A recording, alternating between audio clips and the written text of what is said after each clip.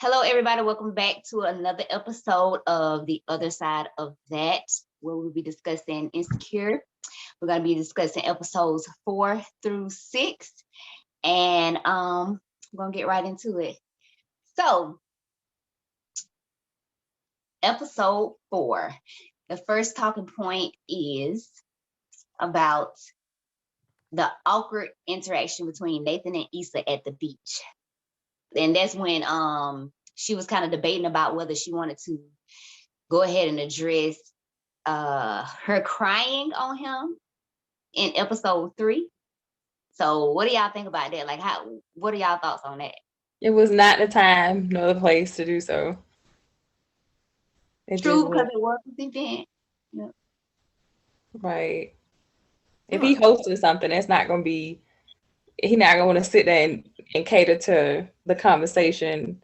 So they should have talked about it before her even coming. True. But I think that's the thing with the show. Like, nobody talks about the real issues.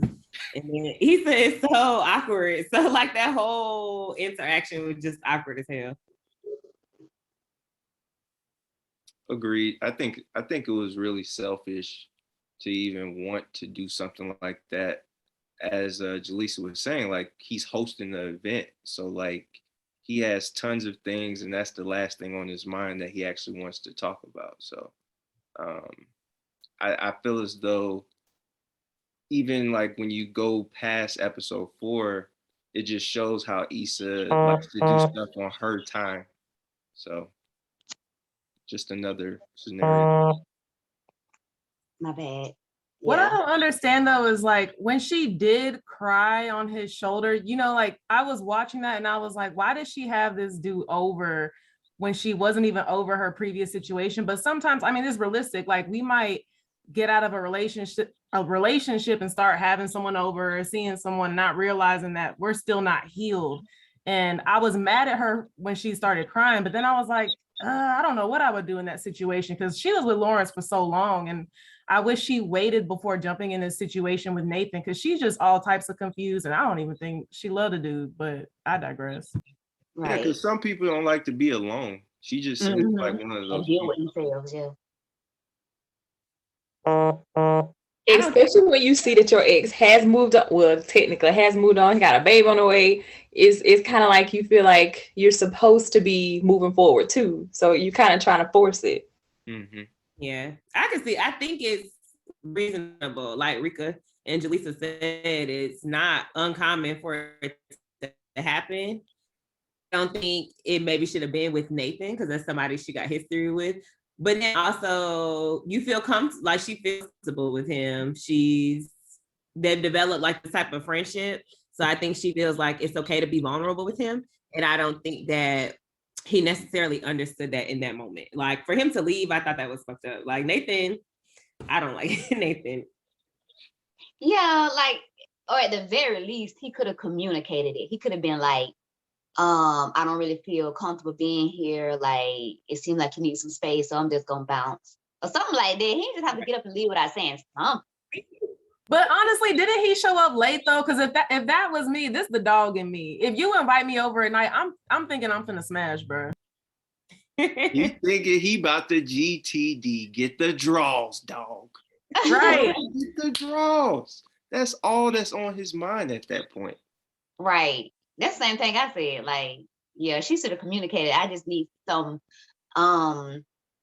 emotional support. I'm not looking for sex because, yeah, you know, like if they're late at night, things get to tingling, people get, And we talk about communication, like she knows for a fact this dude likes her. So like, don't be asking a dude that you know that likes you to come over and console you and hold you and give you these friend vibes when you know he wants more. Like, I think that's unfair, to him as well. Yeah, it's super misleading. Call your homegirls to come and hold you and console you. That's what they're for, right? Yeah. Call Molly. Molly's not a good friend, so Molly's not an option. She's trying to get better. Like they're trying to get better. Molly is lost. They getting back. I'm surprised to see it, but they're getting back. I just don't like Molly's character for the past. Why? She's just. She need help. Like I feel bad. Yes. She needs counseling. Yes. At the very least, she needs counseling. Real counseling where she's receptive to it, because Well, no awareness of self. Molly's more selfish than Issa. Yeah. Yeah. Now, yeah, she is very selfish and self-centered. She, especially last season, she was very like her character in this kind of was like Tony Child's girlfriend. I'm just like, Right. girl, get a grip. Yeah. But yeah. So y'all did you? Everybody said their piece on that. Yep. So, number 2, I can't wait to hear what you got to say about this, Sale. Oh, The commentary between the men and the women when they was on their way to the bar. Now, I'm talking about the women. Like, okay, well, I'm gonna talk about both. So the women Issa was kind of just like jumping to assumptions about what she felt like was going through Nathan's head about what had occurred. But Nathan was kind of just like talking over the facts of the situation, like how he brought up how she said that she just wanted to be friends, so they were friends, and how how she cried on him and stuff like that. He wasn't trying to make assumptions about why she was doing what she was doing versus how Issa was making assumptions about why, because she was like, the reason why he was acting funny with her, besides her crying on him, was because he was messing with that girl Risa. Like, she didn't have no fact, right. no evidence on that. She just jumped the conclusions. And I like how Molly kind of was like, oh, hold up, Risha, you having sex with Nathan? Like, let's get to the bottom of this, because girl, your 2 and 2 is not getting 4. You coming up with 5 over here. Let me help you out. But ain't that's what we do all the time though? Hey, that's what women, that's what we do. If we don't have a Oh, we talking about Yeah. But that's what I'm saying. We do that all the time, and men can like kind of keep like, okay, let's talk about what's going on, not what we think is going on. Even though I feel like they do that sometimes too, but it ain't to the point where most women do it.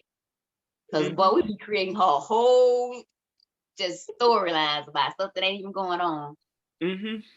Yeah, I mean, from the guy's point of view, I know with some of my friends, like we literally start out, be like, all right, state the facts. You state the facts. You say exactly what happens, right? And then we tell you if you a dumbass or not. We tell you, if you was wrong or where you were wrong, and, where you might need to make some changes.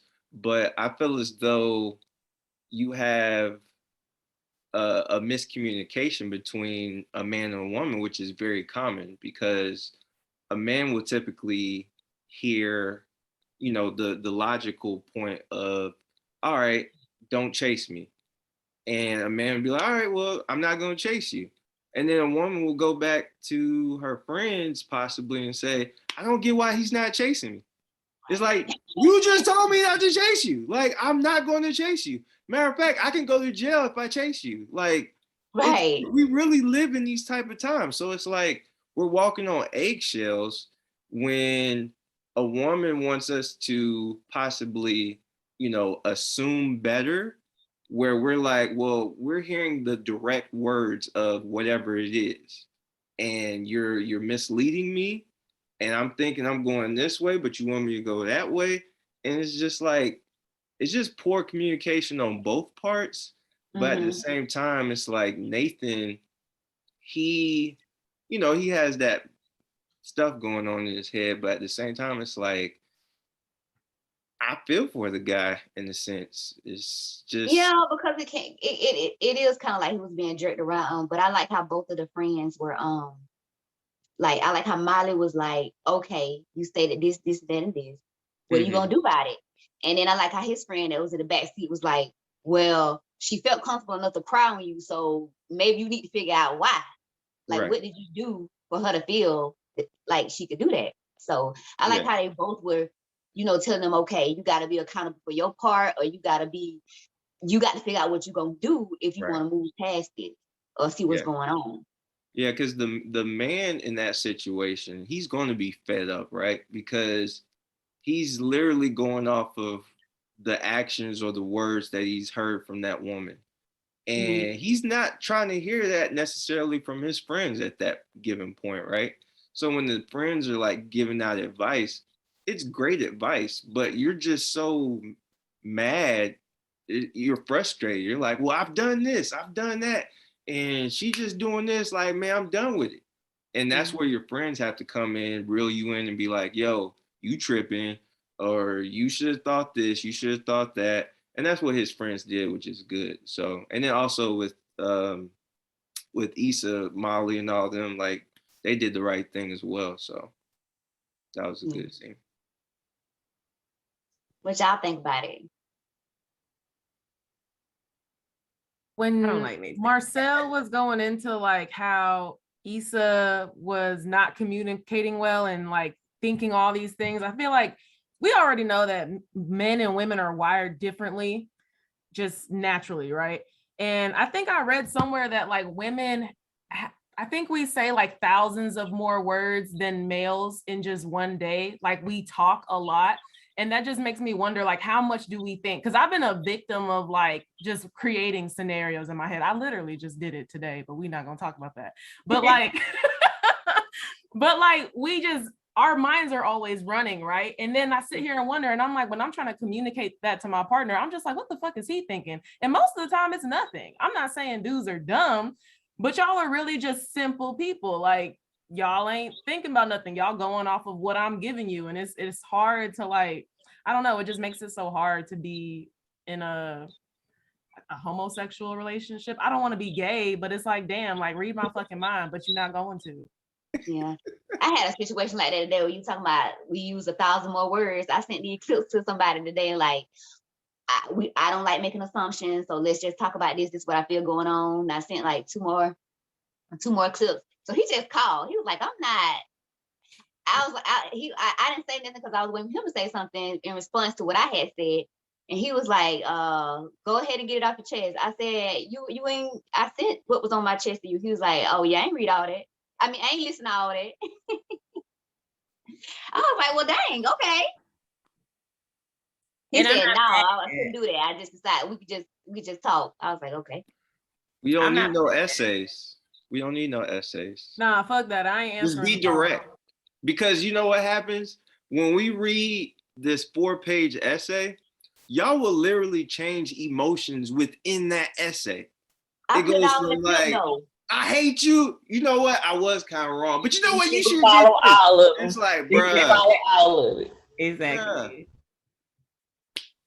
I'm not answering my phone. Read the paragraphs. I did appreciate them calling and us just getting right to it, to clear. Because tone is everything, right? Yeah. Like, but at the same time, you could listen to my clips too. So yeah, at least listen and then address it during the phone call if that's what he wanted to do. But that's the thing, like Nathan isn't taking charge of the situation. He just like, it's whatever. He's kind of letting Issa drive. And we know Issa's not a good person to rely on to lead anything. She can't get nothing together. So I just feel like if he cares about what happens between them, then he'll step up. I hate to say be the man, but he'll step up and kind of lead. It's like, okay, if you like her, why not just say, hey, I'm not gonna play these games with you. I like you. I want something, whatever. But you just kind of letting her put you in the friend zone. If you care about the situation, then you'll step up and be like, hey, my feelings involved. This is what I want. Is this something that you can do, or whatever the case may be? And if not, then. But Nathan ain't doing that either. So but over the past seasons, didn't he try to show that he wanted her though? He's been a little flaky, so I don't think so. Yeah. He's been back and forth. Like there were moments where he was, like, especially when we found out like he was Andrew's roommate and stuff like that. It seems like they were getting close, but then it also seemed like he was backing away. Or like when she came and was talking about the issue with Lawrence, like instead of him being like, you know, I thought we had something going on, then he like, you know, he started hating on Lawrence. I'm just like, I don't really think he's ready for a relationship with someone like her. I don't think they're good for each other. I feel like they need somebody that's more established, more secure. I don't think Issa's ready for a relationship. I think No, she's not. And that's the issue. When you're Nathan and you're watching what's happening right in front of your face, what are you supposed to do? He is literally mind fucked. I'm sorry. He's literally mind messed up from the moment he talks to her. Like, of course he likes her a lot, but also he has his own trauma and mental issues, right? And I don't think she's dove in enough to try to understand that.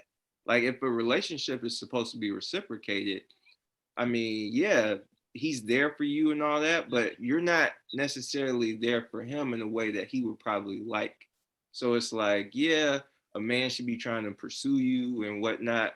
But at the same time, if the liking or the loving is mutual, right, you should be, you know, trying to dive in and see why he is the way he is. I don't think she's mature enough to do that. So. Exactly, which means she's not ready for a relationship. You know what? I don't even think that is. It could be that too, her not being mature enough. But I think it's more of her not really sitting down somewhere with herself and unpacking all the stuff that she got going on. Like she ain't really, like even from the first season with her and Lawrence, like she went right to just pretty much they were just sexing and dating it out instead of trying to get to the bottom of what they what she had going on, like assessing why the relationship didn't work. So when you get in another one, you know, you could do better or vet better. Yeah, that's what I'm saying. She's not asking the right questions.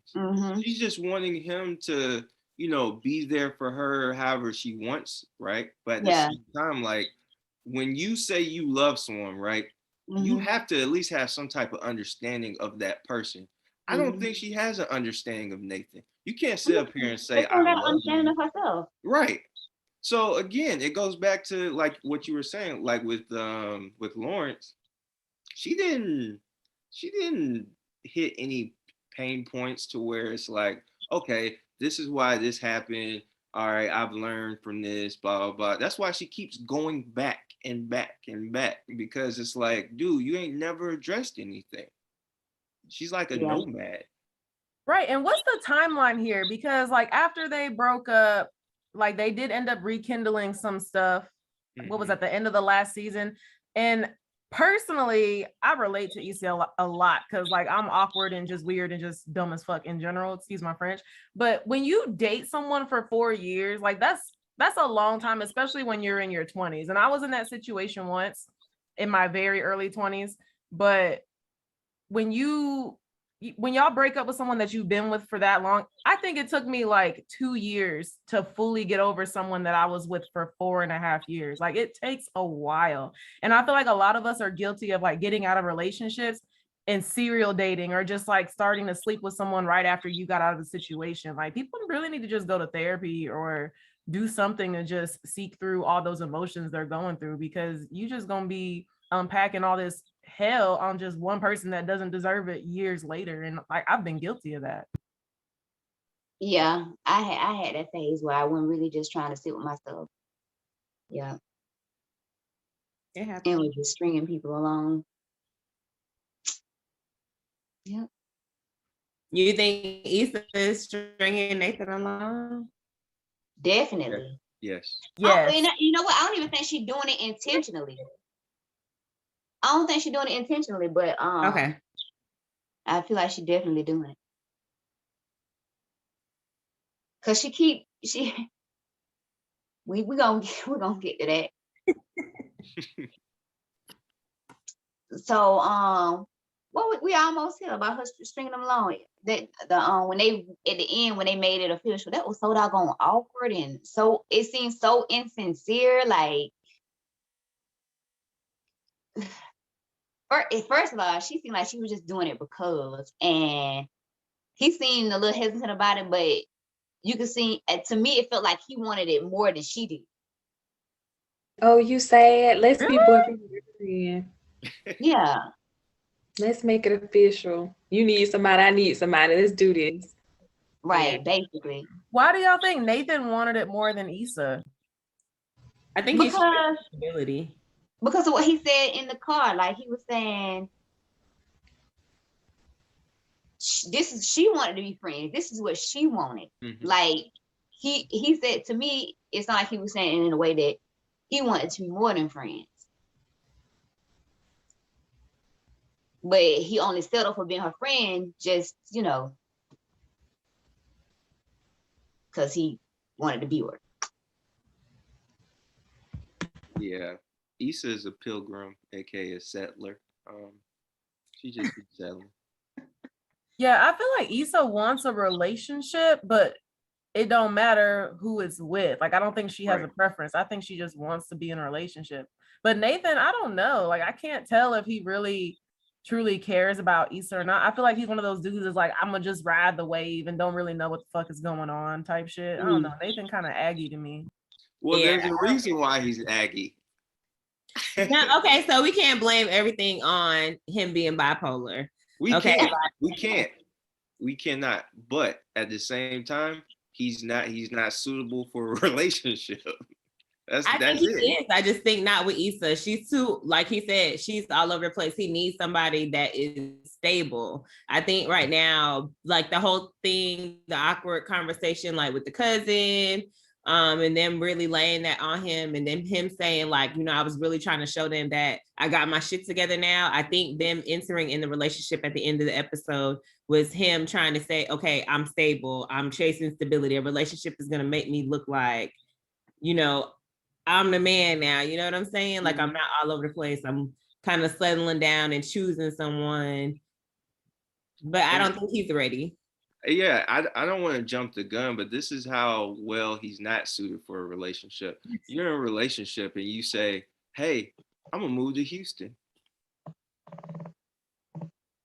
You don't just in random conversation. Yeah, Right. When I'm you in a move to relationship with Houston. somebody. You're in a relationship. You have to communicate to your partner, hey, I've been thinking about blah, blah, blah, blah. No, he just said, yeah, I think I'm gonna move to Houston.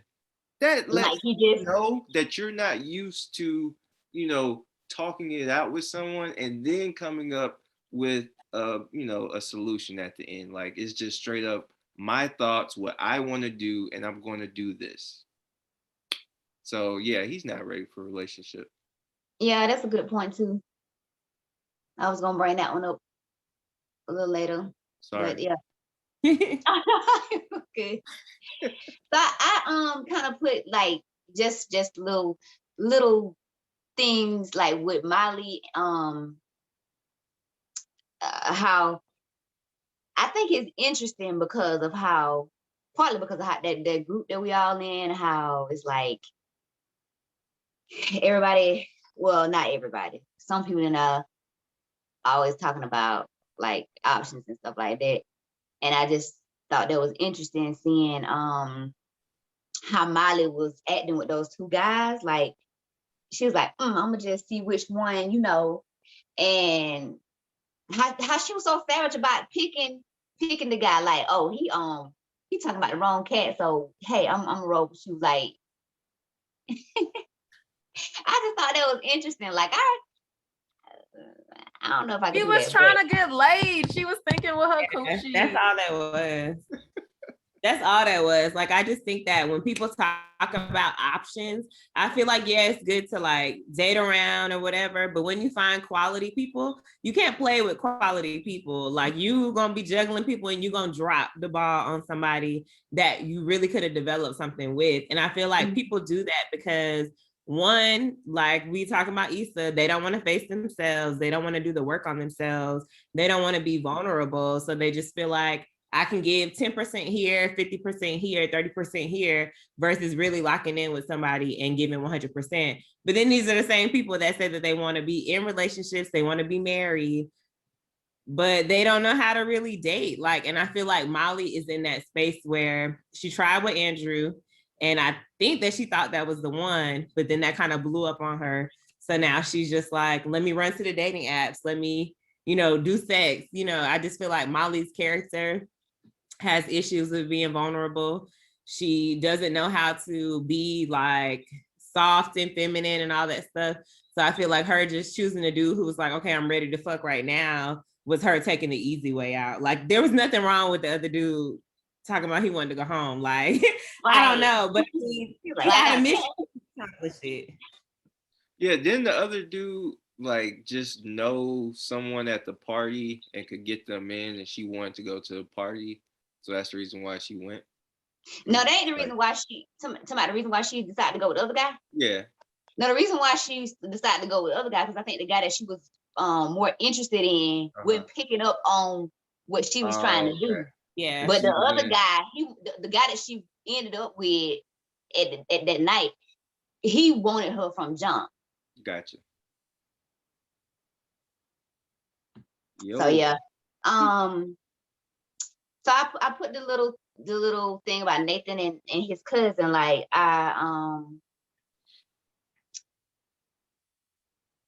like how he decided to put it on the wife instead of just having a conversation with him to see what was going on with him. So that probably would have gave Nathan the opportunity to let him know, hey, I'm sick. But they didn't really have a conversation about it. And then he was sitting there feeling some ill type of way towards the wife, not knowing that it was his cousin that had pretty much made the wife a scapegoat. Mm-hmm. So why did the cousin bring all that up? Weren't they like in a public setting with like a big ass group of people? I thought it was kind of messy that he kind of just slid the dirty laundry like, oh yeah, this happened. Yeah. We're not gonna talk about it right now, but just know that I remember. I'm like, somebody beat. That pissed me off. They had the more intimate conversation in the middle of the street. Right. Yeah. Just two.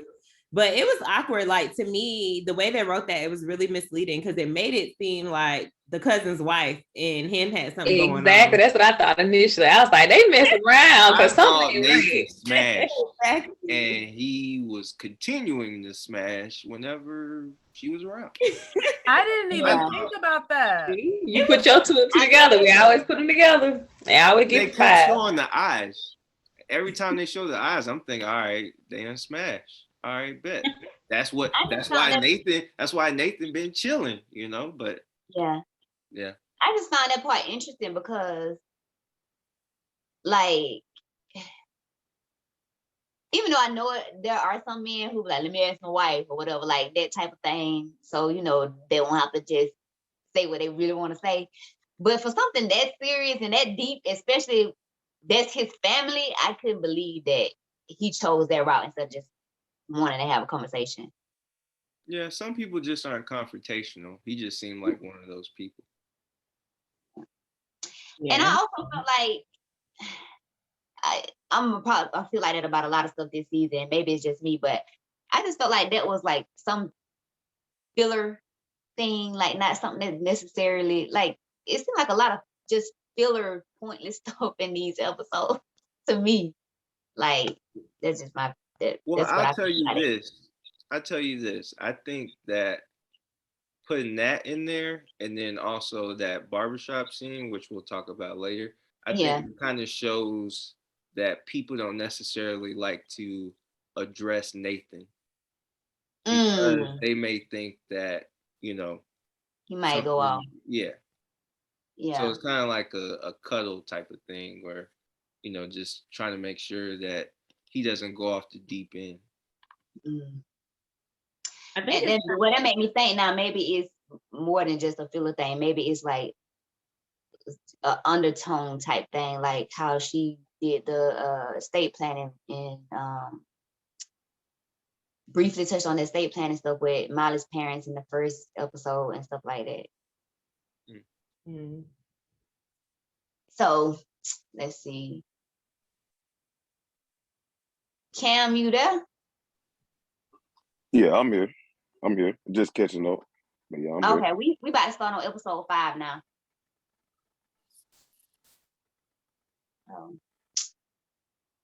So point 1 for that, when Molly was overwhelming herself with work and taking care of her mom, like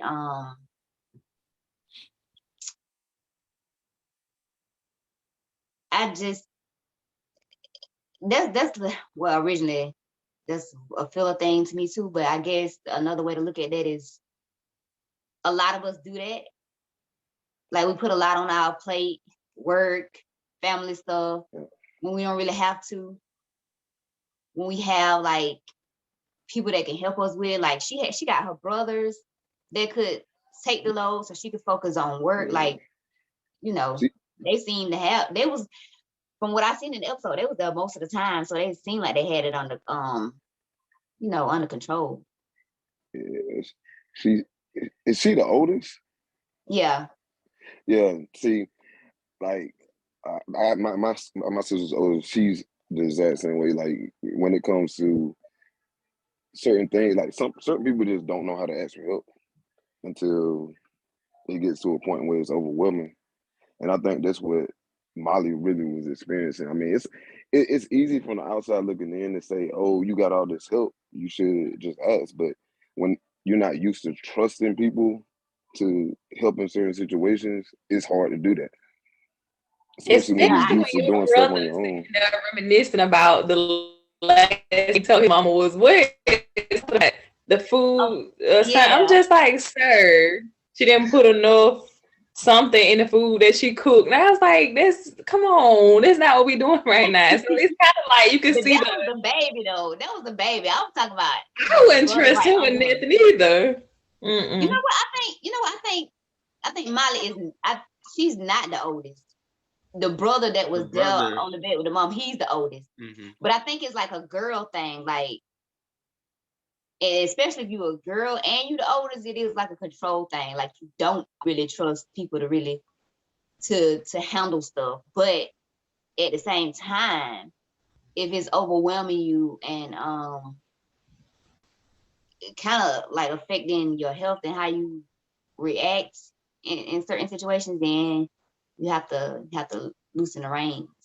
I think it's kind of like a businesswoman type thing too. Like she a boss female and she's used to handling stuff and having to prove that she can handle it in her workspace. So I feel like that was part of it too.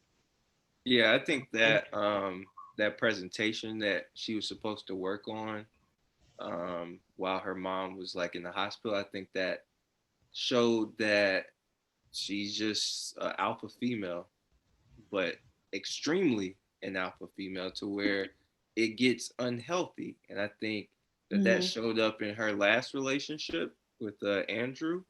And it showed, this season where it's like, dude, you can't be in two places at once. You can't, juggle everything. Like when you try to do that and you don't ask for help, that's unhealthy. You pretty much almost lost your, the presentation. You messed up. You weren't there mentally. It's just little things like just saying, hey, I'm going through this. That's all you have to say. You don't have to be like, oh my gosh, you don't have to do all that. Just say, I'm going through that so people can be more understanding and help you out. And I feel as though that particular scene or that particular moment showed one of Molly's biggest weaknesses. Yeah. And but I'm still triggered at the fact that they were at a Kaiser hospital and the doctor walked them into the wrong patient's room. Right. Like it was all sorts of HIPAA violations. Like, that was crazy. The fact, and then when the person died, it was like, yeah, a few more hours, like, say your goodbyes. I'm like, what? Right, they was all up in her room. She on life support. They're like, this ain't my mama. Like, get the fuck out the room. And they celebrated while the family behind them is like, damn, like that's messed up. Yeah, they need to fire the doctor immediately. Okay. Said sorry, long day. Right, it's crazy. So the next point, Nathan and Issa get into the groove of, them making it official or whatever. Like I said before, that was so awkward. Like it seemed forced. Like they were trying to force themselves to spend the day with each other. I'm just like, it's crazy. Yeah, I have a whole theory on Issa, but Issa is never gonna be in love with anybody other than Lawrence. Genuinely, she's never gonna like. She can try to move on as much as she wants to, but she's never gonna really shake it because she never actually had closure to that situation. Mhm. So he's gonna eventually be just a casualty to her emotional indecisiveness, really, because she really don't know what she want to do. Mhm. And that's why it seems so awkward whenever she tries to get in a relationship, because it didn't happen really organic to me. Mhm. Oh yeah. What I It was did. saying earlier. Yep. She just not ready, guys. She needs to Oh, heal. She needs the but proper closure. yeah, you see when they was all hanging out, the first person she was getting ready to call was Lawrence. Right. The first person, I'm like, Do we really need closure every relationship though? I feel like it's not always justified. No, the ones she the ones in which you're in love with that person and you have a deep history with, you probably need closure.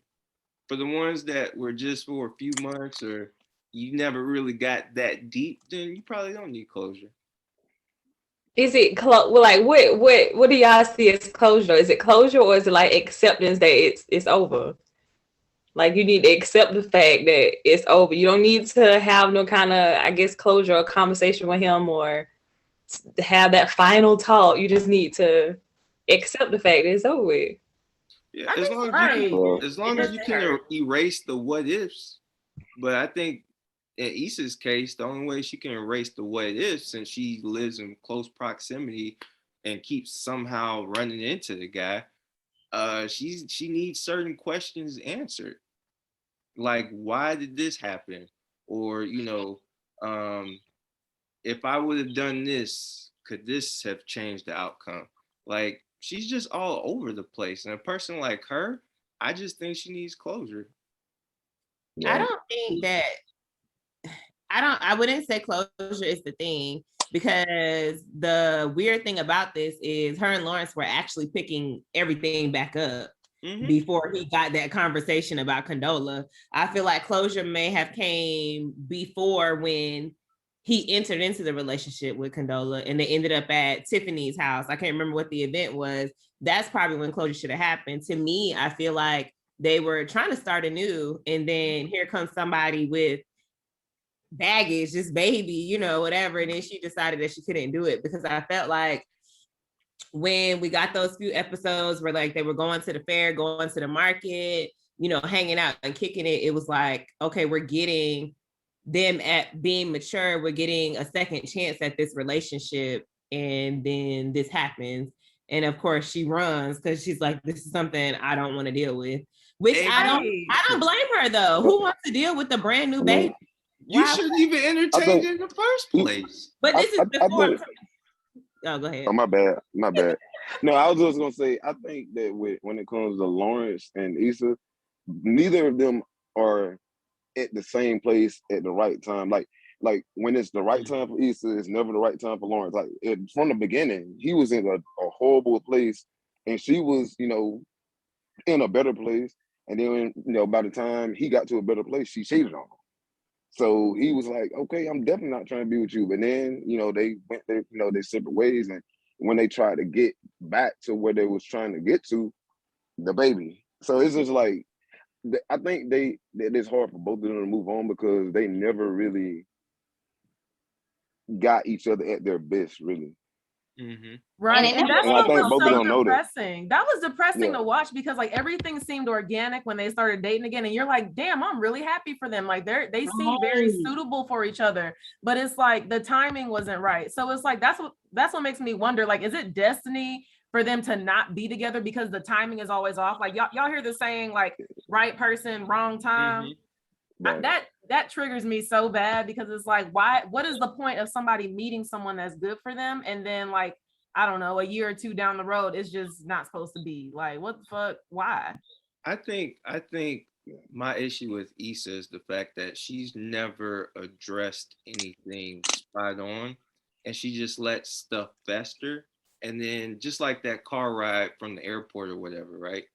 She's riding with Lawrence, and then she's about to get out, or Lawrence is about to get out, I can't remember. But then that's when she announces, "Oh, I can't do this."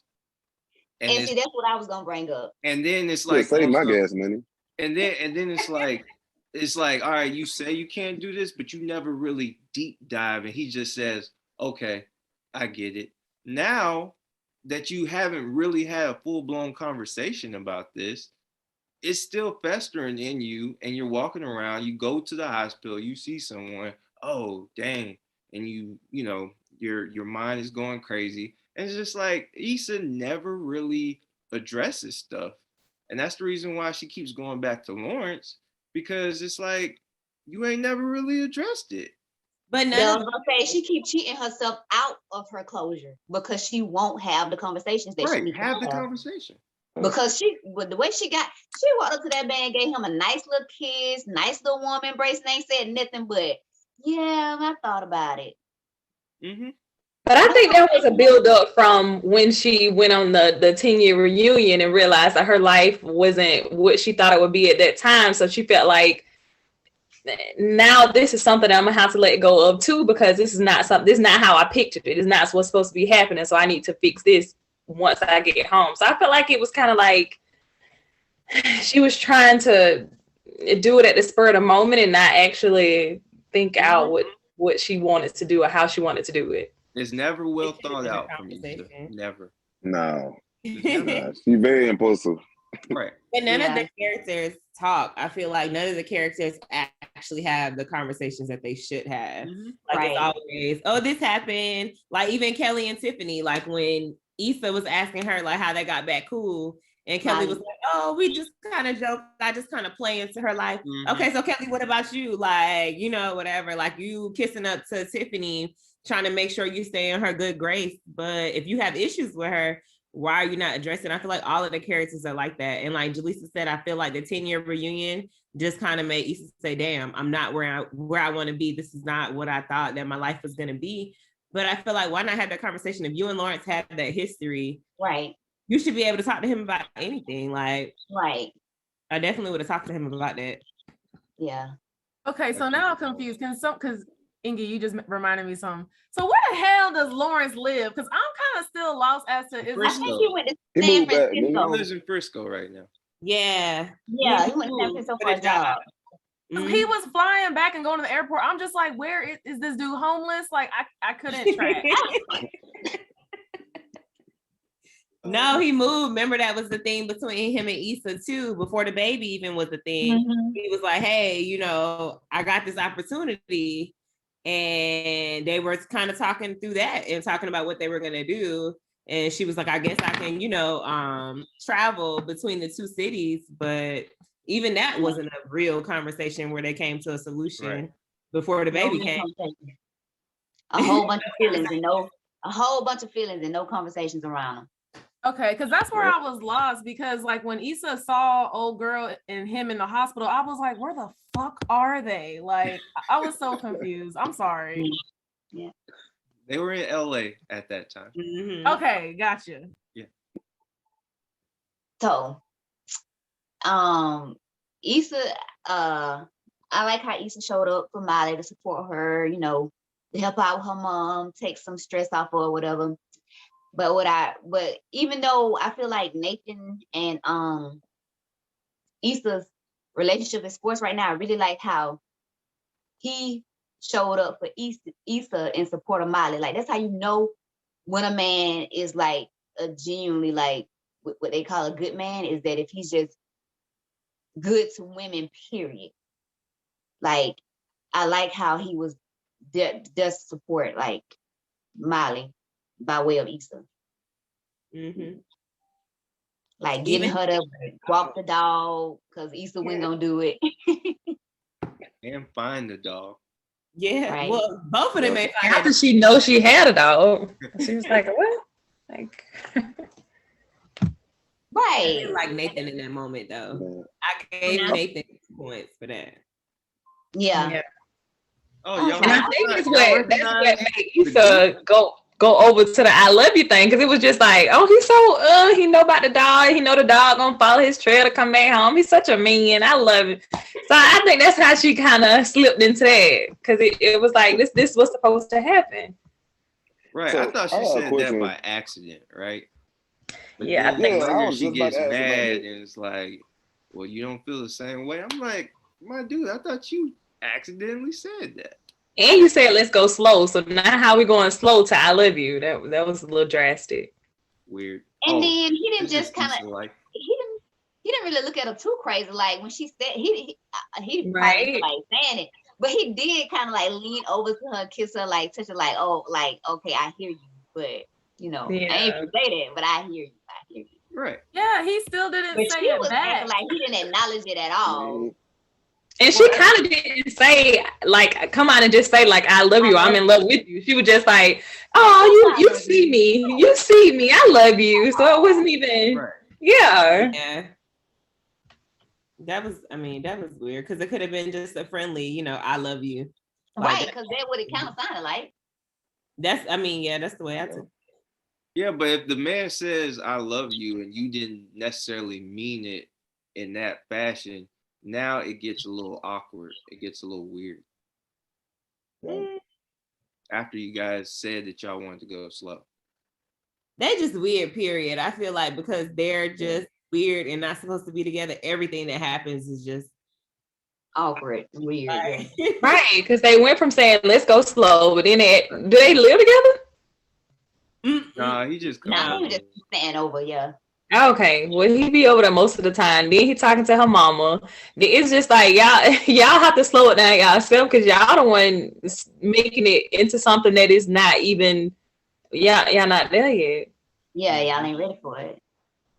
How long does it take for y'all to FaceTime your mom with your boyfriend in the background? How long? I ain't never did it. I've never done it. With my child's father, but I did it when I thought I was in love. In love? Well, how long did that take? It was 3 like days. Love Don't at do first sight? It was like 3 months. It was 3 like months? 3 months. Okay. 3 months. I feel so toxic because, like, even when I used to just have hoes, I would don't judge my life, Marcel. No, but like, I'm the type of person, like, if I'm with the homies and my mama FaceTime me, I'm gonna answer it. And my mama be like, who's that? I'll be like, oh, that's just my friend. And it is what it is. But like, I don't know. I don't think there should be like a time limit on that. As long as you determine, like, is this person important or not? Because my mama knew I had hoes. I ain't even gonna hold you. I just think it's awkward. Just a little awkward. Yeah, that's too much. Don't introduce me to the family if you're not. I mean, I guess it just depends on your mom and then the relationship with you. Not my mom, like, no, she's not the type to just here go Nathan over. She finna go in. She finna try to make me look bad, feel bad. So I'm not finna put myself in that situation because no. When you do she just be sizing them up so she can get ready to tell me whether she think I'm wasting my time or it's really gonna be something. That's not her place. No, she don't do it in a way like what you might be thinking. Like she don't just come tell me. Like she'll size them up and observe them, and then if I talk to her about them, I ask her something about them, then she'll tell me. But she ain't my mama ain't one of them type that'll just be, but you don't need to talk. Like she ain't one of them type. Okay. My mama is, especially if it's not from my hometown. It's probably your cousin anyway. I'm like, girl, please sit down somewhere. That's why I don't tell her nothing. Cam, have you been introduced way too early, in your opinion? No. Yes. And it wasn't even planned. Like it was like I was ambushed because the people was already up. I went over there supposed to, just kick it, watch some movies or whatever. Her brother and cousins and all that. I'm like, she hit you with a tie. Yeah. Next thing you know, you at Sunday dinner. Yeah. And it's like kind of like a situation. I'm like, this is not even that. Like, we was Netflix and chilling. Like, we ain't even doing that. Like, they asking me, oh, how long y'all been together and all this? I'm like, bro. Wait, so she didn't like say, hey, this is Cam and this is my friend. Like, she didn't distinguish that. she said, "This is my man, Cam." I'm like, look, and they asked me. I told them the truth. They asked me if we was together. I was like, nope, nope. Oh, you can't do that. You supposed to help her say I'm facts. not, look, I ain't about to lose no days Meant off to my life. say, Nothing. I You am gonna a start man. out lying to the He family? is a man. Like, Wow, Ingrid. Wow. I had something I'm similar not happen. gonna claim somebody. Look, Right, I can't even lie. I had something similar happen, and this guy, he got up and joined the church and everything. And it was like we haven't even went on an official date. Like, I was telling him, it was before the date was supposed to happen, and I was just telling him I was going to church that Sunday. And he's like, "Well, I really want to see you. Do you mind if I join you at church?" I said, "Sure, come on, it's church. Come on to church." This joker that got up there, joined the church, told him that he was on behalf of me, and that he was really feeling me. I'm just like, what is he doing? Reese, he didn't You're put his not mark. gonna walk Came up to me and out. was Put his like, mark. Can I join your church? right. The pastor came up to me and was like, he seems to be really into you. He joining the church and everything. I said, I'm gonna be honest with you. I don't know what he doing. I don't know this he's not a man. member. He's not gonna be a real member. You should And- join No, your don't girlfriend. bring your hoes to Dude. church. That just took me by That's the surprise. That was last the place. wildest thing I ever experienced in that sense. Like, we ain't even went on no official date yet, and you joining the church and telling everybody that making it seem like he was really Yeah. finna be the one or something. Like, no. That's some Yeah. Lifetime Movie Network ish. I'm with you, Cam. That kind of happened to me in college. I was Netflix and chilling with a girl for like a month, and I guess I stayed over there a little too late because her family came through, and I was like rushing trying to put my clothes on, and she was like, no, like I want you to meet my mom and dad and my sister. I was like, no, like in what world? Oh. So I hurried up out of there, and I literally just said hi. All right, guys, see you guys later, and then hauled ass. Like, But was that a situation where it was established too? Like she knew y'all weren't together, or because you spent time with me for a month and you coming over? I ain't gonna say you better than me, the family, but we kind of together. look, if I Hey, only y'all need come to over stop there doing that. past 10, 11 p.m., we ain't together, okay? I need to Right. see you in the daylight. Look, if Oh, I okay. don't In see the you daylight, together, there needs we to ain't be together. some type of communication where it's like, okay, we're trying to do this. It was literally just Netflix and chilling. I feel like men That's don't another communicate. thing. Right. Communicate. They No, won't. we communicate. We say, We No, this you is definitely what we don't. want. This You is think what your with our actions actions and our words. You think your action should imply something, and we should understand it, but that's not. You gonna have to tell me we not together. No. I said words. I literally tell a Oh, woman you told her. flat out, yes. I Okay, flat out yeah. tell them, hey, this is what I want. If you don't want that, I don't want to hurt you. I don't want any of that. Because I don't want you to look down the road and be like, oh, they're gonna sell that ain't shit nigga over here. I don't want that. I want a See, good reputation. I ain't never just rolled into no relationship like that. I have felt like after a while, Mhm. well, let me take that back. I have just rolled into some relationships, but it was more of the men rolling me in with them into the relationship. But when I was in one relationship where I wasn't clear of what was going on, like I didn't just assume that we was together, and because I didn't want to assume and because I didn't want to look crazy, I asked him, I said, what we doing? Do I need to anchor this ship or do I need to keep on selling? Because, See, you trying to some put things the going on person. out there. Look, I don't like that, no, bro. So they was, hey, what No, you? But what you because mean? you acting like we in a relationship, but you ain't said it. I'm gonna ask, and we need to be clear You on it just because I said don't it. want to be feeling like we're doing something we're not. Exactly. Look, so my thing, I was gonna ask y'all. Okay, so y'all just assume a certain place in the dude's life if he doesn't say it now. I mean, even if we doing certain stuff, if we don't say it, I don't understand why women like they just assume like, oh, he must want this, or we must be exclusive, whatever. I mean, we around each other all the time. If I ain't say that we're in a relationship, I don't care if we was messing around for 2 years. See, that's what I was just saying. That I wouldn't be ain't the case. That wouldn't be the assuming case. nothing. That's why I'm gonna ask. That happened to me, man. Look, so many times. Well, it sounds like you're the common denominator, so you the problem. Exactly. Use the problem, sir. Common denominator. No, I it's empathize with the baby. Denominator. I empathize. Oh, I face. empathize with the baby in that situation because he never. They acted like they was good, but he never said it. He never No, like my thing. proclaimed.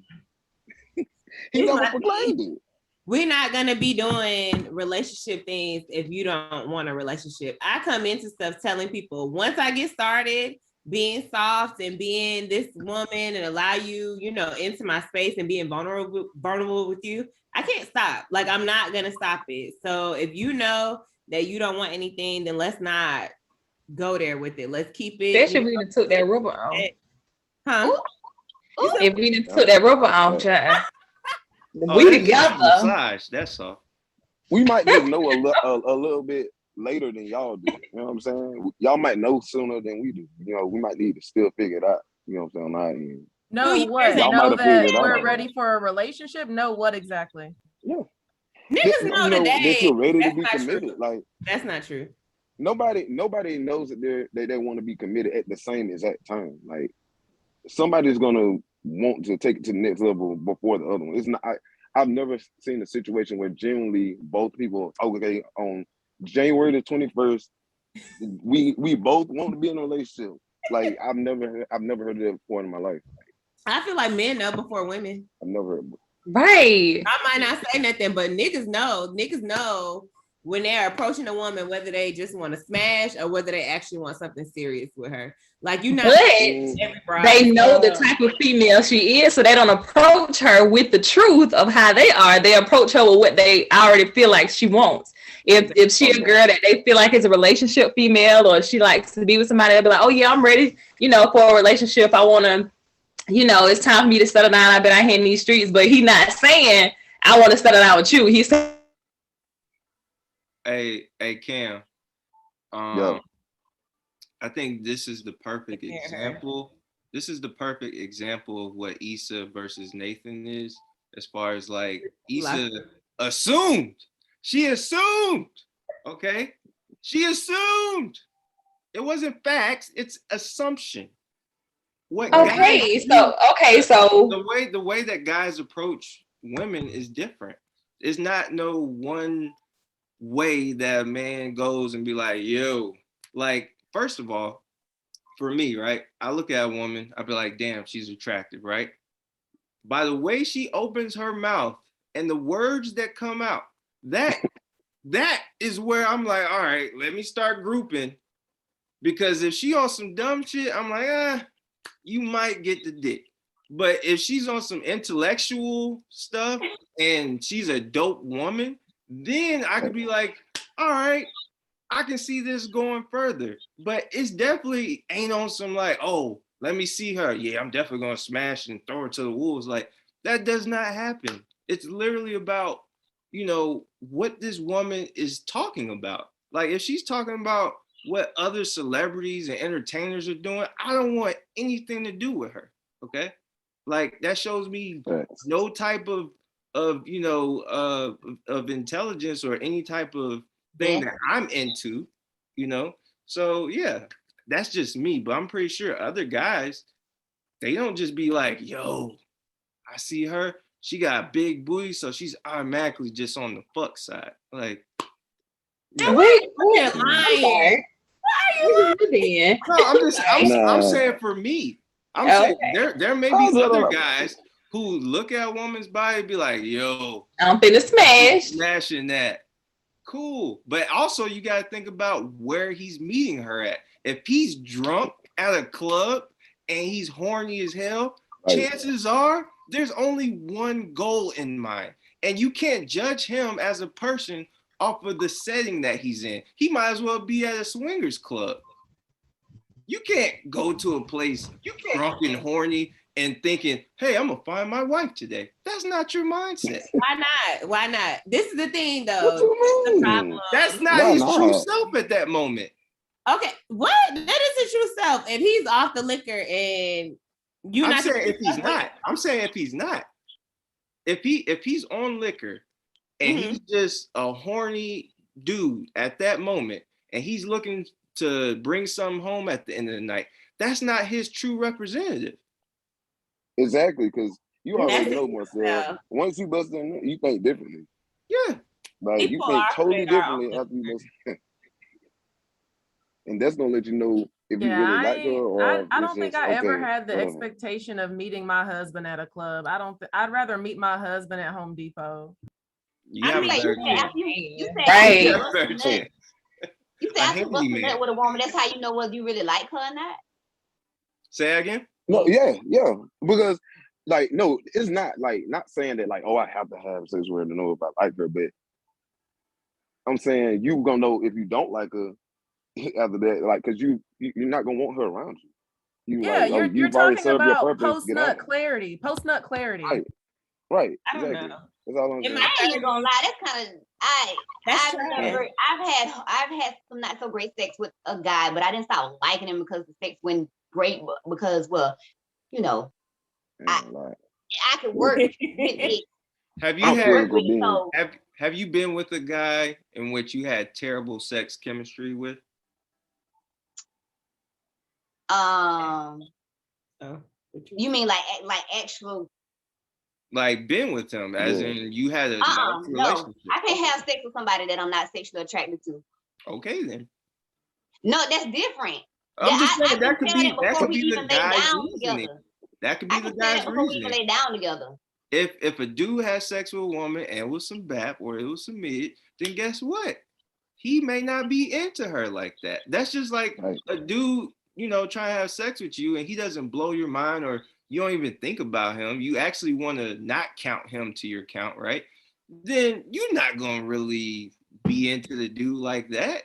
Because you can, matter of fact, you can have a conversation with a guy and everything's going good and he give you some average or below average dick. What's your next thought? Where you gonna tell your I've never had that experience. I've never had that experience where I've had sex with a guy and it was so bad that I stopped liking him. I left. It's happened to me a dozen times. Okay, Reek, go ahead. I just feel Come like to the podium. I've never had Come that experience. home. Come home. I don't feel like that always applies though. I feel like for me having feelings makes the sex better. So if it's trash and I actually like this person, I'm gonna tell them because I'm not gonna fake it. We're gonna have to talk about it. We're gonna have to how we gonna fix it, but not just like I don't like you no more because the sex is Right. trash. As long as it Like, ain't how we just gonna fix it? little, I feel like, you know, you can come from What anybody. happens if he has a little one? Yeah, do you like him though? See, that's different. You I'm like not him though, even right? have sex with somebody who don't have enough. See, I'm I don't not think even have God sex with somebody would. who don't have enough for what I have, you know. I don't think the Lord will test me like that. Well, I feel like that might be your Ingrid, soulmate. this is my That might be your point. soulmate. There's a different reason for everybody. Like you can't just be like, yo, guys be on this. No, it's different. I know that. I'm not trying to generalize anything. All I'm saying is I feel like men know before women when they want to be in a relationship. They may not voice it because they may be like, hey, this is not the right time. I got all these options over here. Or this is not what I'm on because I'm not, you know, financially ready for a relationship or, you know, whatever the case may be. I feel like men really be knowing that they want a relationship with a woman before we know that this is the guy that we want to be with. I disagree. I respectfully disagree. Of course y'all gonna disagree. Because the thing is, you have to know that women are dope. Oh, go ahead, Cam. I was just saying, like, it's less of an incentive for a man to be in a relationship than it is for a woman, by far. Like, so why, you know what I'm saying? Why would we be so ready to jump into a relationship? It's way less of an incentive, but you know what I'm saying? Well, I'm speaking like generally, like generally, he's talking about how guys when it can goes, be when it older goes and to wait to general stuff settle like down. that. But go ahead. Yeah, I'm speaking in terms of general stuff, things of that nature. Like, it's just less incentive to get in a relationship. Like, it really is. Now, Ingrid, this is all I'm saying. Women are so dope, right? Women are so dope that I can be a single man and I'm not looking for a relationship whatsoever. And I run into the right woman who not only uplifts me, but also gives me a vision in which I did not know I had. She makes everything greater. and boom, I want to be in a relationship. When I first met the woman, I did not want a relationship. But now that I have the woman, because of her opening my eyes to the great possibilities of a relationship, now I want a relationship.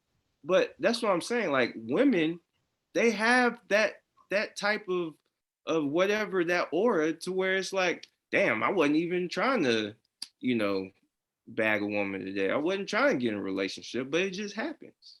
I get that, Marcel, but there like, just like yourself, intelligent men. There's intelligent men out here that are very observant, and y'all can observe things about me that I wouldn't even fucking know before. Mm-hmm. Like, there's a bunch of dudes out here that will observe every woman to a T, every detail, and be like, oh, she's actually pretty solid. She's very intelligent. Like, my ex-work husband told me, like, he'll know within 6 months whether or not he wants to marry a woman. Like, this dude's 50 years old, and this is just like from his life experience, being married twice, divorced twice, learning stuff. And like, some men are very just that intelligent, emotionally intelligent, to know, like, is this someone I can see myself being suitable with for the rest of my life? And sometimes y'all do know before us, because I'm totally marriage versus a relationship. A man, most of the time, a man may not know if, you know, what woman he wants until he actually meets that woman. What's the difference though between a relationship? Because you're talking to someone who doesn't want marriage. I don't see an incentive for me to get married. So I tie like life partnership to relationships. It's one and the same to me. If I'm being monogamous and like committed to you, a relationship is almost the same as marriage to me. So what's the difference between the two, besides there being a law binding someone together or a ring? Like, you're doing the same shit, especially if you live legal with the person. papers. Legal papers. If I don't want to be with you tomorrow and we're not married, boom, I just don't want to be with you and I'm not with you. If I'm married to you, there's a legal obligation, and there may be stuff that I'm buying to that I wouldn't typically be buying to if I was just in a relationship. And that's why I don't see an incentive for me to get married. Exactly. Exactly. But that's the mindset of many men, right? That's the mindset of many men. So it's like, you know, for us, we're not necessarily looking for a relationship, but if a dope woman comes along and we just can't fight that, like, damn, she's dope as hell, then they be like, all right, well, I'm gonna settle down with her. I've known many guys who weren't looking, but that woman just somehow stood out in front of millions and won them over. So it's like, we don't always be on some hunt mode. Now, when you guys showcase how dope you are, we may be like, all right, let me go ahead and chase her. Yeah, we can go for the chase, but you guys have already established how dope you are at that given moment. So it is what it is. Yeah. Mm-hmm. Yeah. I agree. Well, we don't have a lot of hours in the world to address that, because y'all dope. Just take that. I mean, you guys are dope. I mean, it ain't about us, it's about y'all. Y'all be backwards. Y'all be doing some backward ass shit. And then you mean we don't be ready and we be saying we not ready, but then somebody try to change our mind? Because that's what I've been through, that a number of times where I'm like, yo, I'm not ready. I've sat there and told the woman I'm not ready. And then she's doing everything and more. And it's like, dude, you are really dope, but I'm just not ready. I can't give you all of you. You're saying you're not ready, but you're still there. So why won't you just break it off for her? You see out in two different places. So what do you mean break it off? Because if it doesn't mean you never gonna be ready. How can I break off something that isn't there? Y'all contradicting yourselves. Okay, so Sel, in the beginning you said a man could not be looking for a relationship, meet a dope woman that's got all these qualities, she pouring into him, uplifting him, and then now he ready. And then you turn around and say, okay, you could meet somebody, not be ready. This woman is dope, and she's basically like trying to push you to be ready, and then you still not gonna be ready. Like, that's too much confusion. And then Cam is saying something else. Like, to me, I just feel like men make it way more complicated than it need to be. If you're not ready for a relationship, don't sit around and be trying to pick up the perks of me being soft with you and all this other stuff. If you know you don't want a relationship and you know that I want a relationship, then go ahead and break it off. Let's go ahead and cut the ties or whatever. Stop wasting each other's time. So Yeah. yeah. So just to And answer you, definitely stop lying. But- Oh, you know what? I but- ain't even But gonna those go on my things, rant about this. but those things that she just said are the things that make us feel like we're in a safe place to warm up to the idea of being in a relationship. I'm not doing all of that. Like we, You don't- mm-mm. why not? We court y'all. Okay, so in the beginning I said once I start, I can't stop, right? mhm. So if you know you don't want a relationship, you know you don't want to take me seriously, let's not even go there. If we So- just gonna have sex or whatever the case may be, then let's just do that. Let's not Right. start. And it. Let's not start. That's- What? And that Right. goes back to us having to be more open and more we leave ourselves more exposed Mhm. before they have to. So we all out here vulnerable and open and leaving ourselves in the positions to be Okay. hurt, and they're not ready yet. Okay. Or- So or can whatever be can I ready. answer your question, Ingrid? What? I So didn't think what, that. so what I was saying was when a dude has all his stuff together, right? He may not be looking for a woman at that given moment, right? A dope woman comes along and opens his eyes because he may be on some I'm never getting married type of shit. He just may be on that because many men are on that, right? But then a woman opens his eyes and then boom, he gets married. That's one. Now, there can also be a moment in which a guy is working on his career. Now, we know career-oriented women. A lot of career-oriented women these days have chosen careers over their love life. We've seen that. It's very documented. That is something that men have been doing forever, right? So if a man is focused on this and he hasn't accomplished everything that he wants to accomplish, and there's a woman out there that wants to be with him and she's very dope, but he knows he can't give her all that time that she's requesting. And it's just not the perfect time. It's not the right time. Of course, that man is going to be like, yo, I can't deal with you right now. You are a dope person. You deserve much more than I can offer you. But at this given moment, I cannot do that. And there are men that literally say that. And a woman will still go above and beyond just to try to change his mind. And that is what I'm speaking to. There's two different men. Men that are ready, but just don't want a marriage. And then Right. men that aren't ready because they're career oriented. That's it.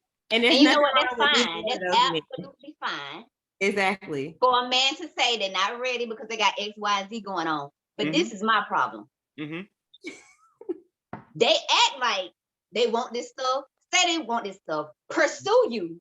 And then when you turn around to start pursuing them back, or show that you're as serious about them as they are about you, now they flipping the script. Oh, I'm not ready.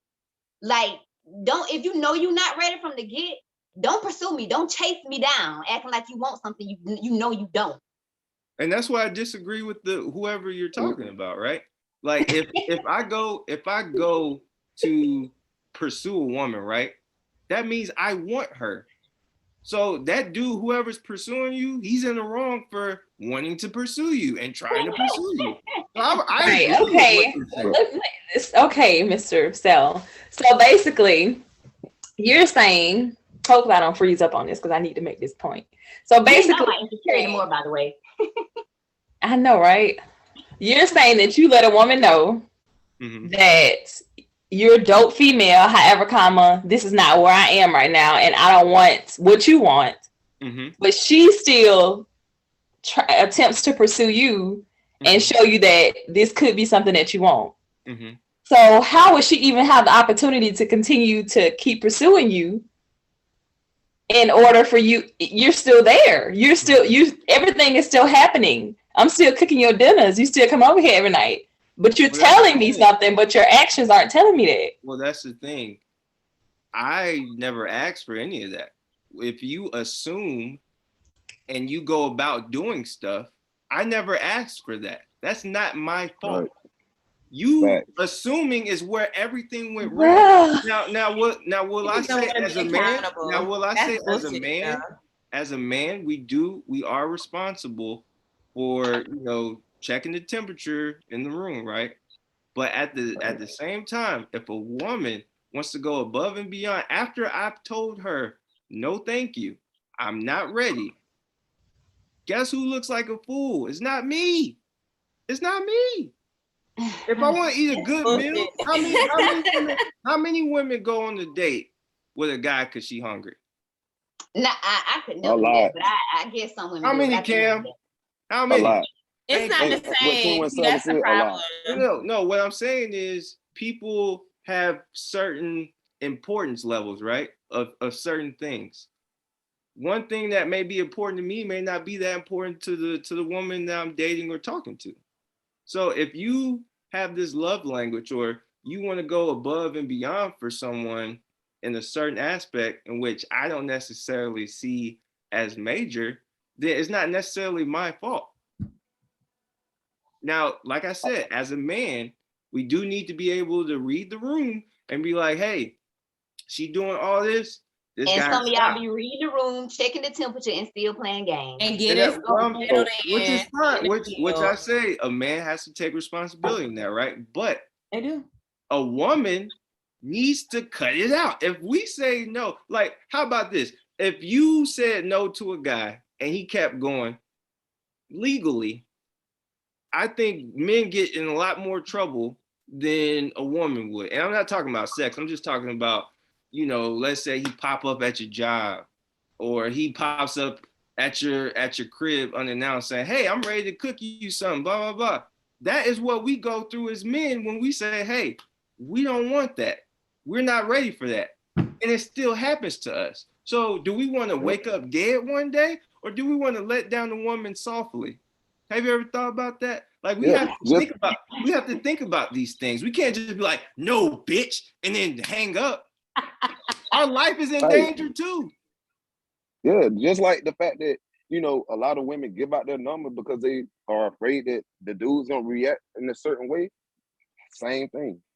Same exact thing. Y'all doing a lot. Y'all putting a lot on it. Y'all are putting a lot on it. What I will say, I'm gonna speak for myself. I'm gonna speak for myself because I can't speak for y'all. But if a man is pursuing me and I am not interested in him, nothing he does is gonna change my mind. I'm not attracted to him, not even curious about him. I'm not gonna entertain him. He won't have access to you. Exactly. I'm not gonna play with this person. I feel like men are so comfortable with playing with women, allowing women to do for them and all that stuff. I feel like if you're with a woman and you're not interested in her and like that, and she wants a relationship and she's doing all this relationship shit, don't accept that stuff. Don't allow her to cook for you. Right. Instead of saying, I didn't ask for that. Okay. Right. So how many dates have y'all accepted and y'all knew though? So how many dates have y'all accepted and y'all knew it wasn't going nowhere, but y'all still ate that food, drank them drinks? Come on. Never. You can't fake because I'm not leaving my house for that. Like I'm not convince myself for that. You got food in the house. Girls. I can take myself out. Reek, can you please enlighten us about your history in that? It's different for me, Sil, because like I'm kind of driven like a man. So like Jaleesa, when you were talking about like basically how dudes ain't shit and they playing games and running females and all this stuff, I've been guilty of that as the woman in the man's place. Like I was in the military for like 10 years and I was out here hoeing like a motherfucker. I ain't even gonna hold you. And I have been guilty of playing with dudes' feelings. Like, even though I know the man didn't want a relationship, I'd be like, all right, but I'm still gonna let you take me to the fair and I'm gonna eat this goddamn popcorn, nigga. Like, I was trifling as hell. So when that happens, you just gotta block the dude. Cause like I should have been blocked by a bunch of niggas. And I wasn't. So I kept pushing because I knew I could get shit from them, such as dick or money, or get somebody to pay my car note. Like, I was trifling as hell. So like when you come across dudes like that, you just gotta drop them because they gonna try and push their limits with you just because they fucking can. So you as the female, you're saying you're trifling, right? I was during my whole phase. I was okay, so still. Right. So if you're trifling, let's do this equation. Let's break it down. If you're trifling and Sal, you're saying that you were doing the same thing, still accepting and allowing her to do things for you, even though you didn't ask for it, would that equally make you trifling? I said men do that. I did not say I do that. Well, okay. You're man. Let's say I'm with the I've been talking to a woman and I've told her over and over, I don't want this, and somehow she's still doing things for me, right? And you're accepting, right? What am I accepting though, besides like cooked meals and stuff? Because I have female friends that do that exact same thing. That's Well, the let reason them why. do it Hold on, and hold on, not hold the on. girl. But that's what I'm saying. Certain things that y'all value, we don't necessarily value it the same way.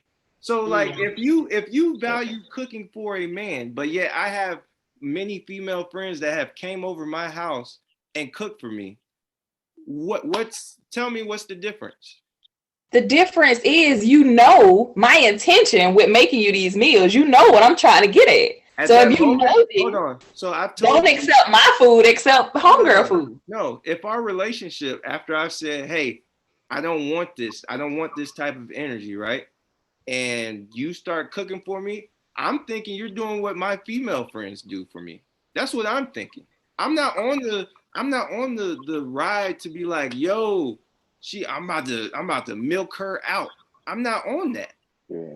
I'm not on that type of time. So it's like, if I've told you time after time and you're just doing this out the kindness of your heart, that's you. Yeah, I don't know what girls would do that, but I just feel like if I'm still doing that for a guy, it's something that he giving me and some kind of access that he giving me for me to continue. It's not him just saying, oh, I don't want this. It's something else he's doing and saying versus what you're saying here.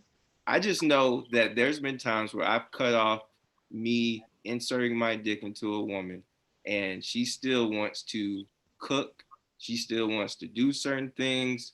And I'm like, I tell her, hey, this ain't it. You like, this ain't happening. Yeah, I know. But then it blows up. It's like, well, I was doing this. Not me. I've told you from jump. I can't be responsible for you not listening. I can't be responsible for that.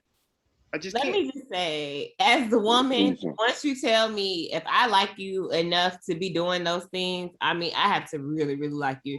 That means I really want to be with you. If you actually come to me and you communicate with me that you're not interested in me like that, I'm not going to continue to do those things. I'm not going to put myself out there. But as a man and as a woman who has been in situations where people have tried to win me over by doing things, I'm not going to accept it. I'm not going to entertain it because I just feel like the person who has the least amount of feelings has the most responsibility to say, hey, this is not what I want.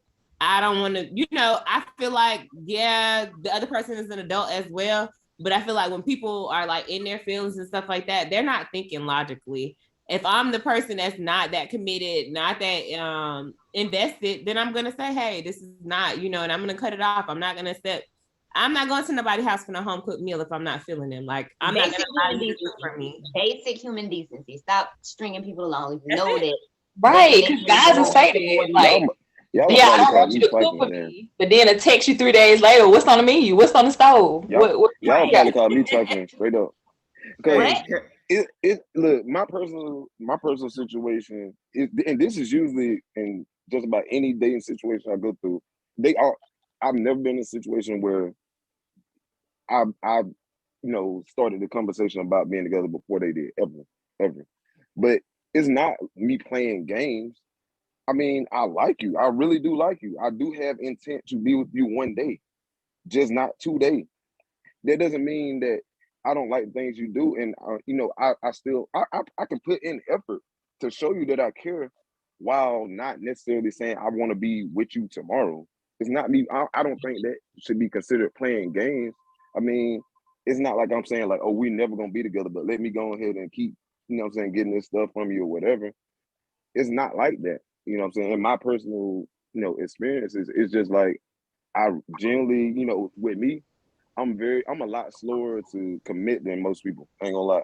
It's not me just playing games. It's just I know what I want the end goal to be, and I wouldn't even want to commit if I know that's not going. Like I'm not trying to get in a relationship just for it to be 6 months or 4 months or whatever. Like, and a lot of people don't understand that you playing games, blah blah this and that. Like, that's not the case. That's not my intent. I can't speak for anybody else, but that's not like my intent on it. I feel you on that. I'm not quick to get in a relationship because the next one I get in, I plan on being my last. So I do want to be like forever.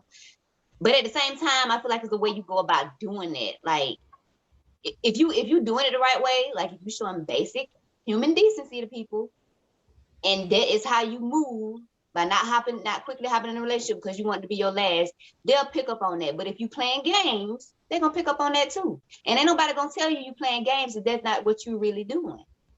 Right, because if you're doing that with, it's if you're perception, doing though. what you're saying that you're doing, but you're doing it with 5 different women, that's playing games. Okay.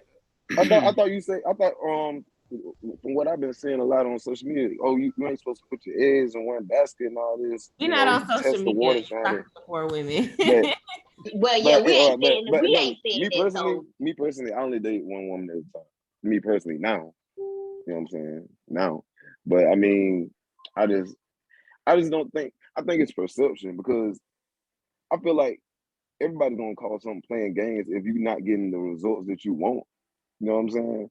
No, Like, I've been in a I situation feel where I didn't get the result that I want, and I didn't feel like I knew that the person was playing games. I can tell when somebody playing games when they're not. Like if their actions are not congruent with their words, they playing games. But if their actions are congruent with their words, then they are being truthful about what they're trying to do and their intent. Cam, the only issue that I had with what you said was you were saying, okay, so I don't want a relationship right now, but eventually I might.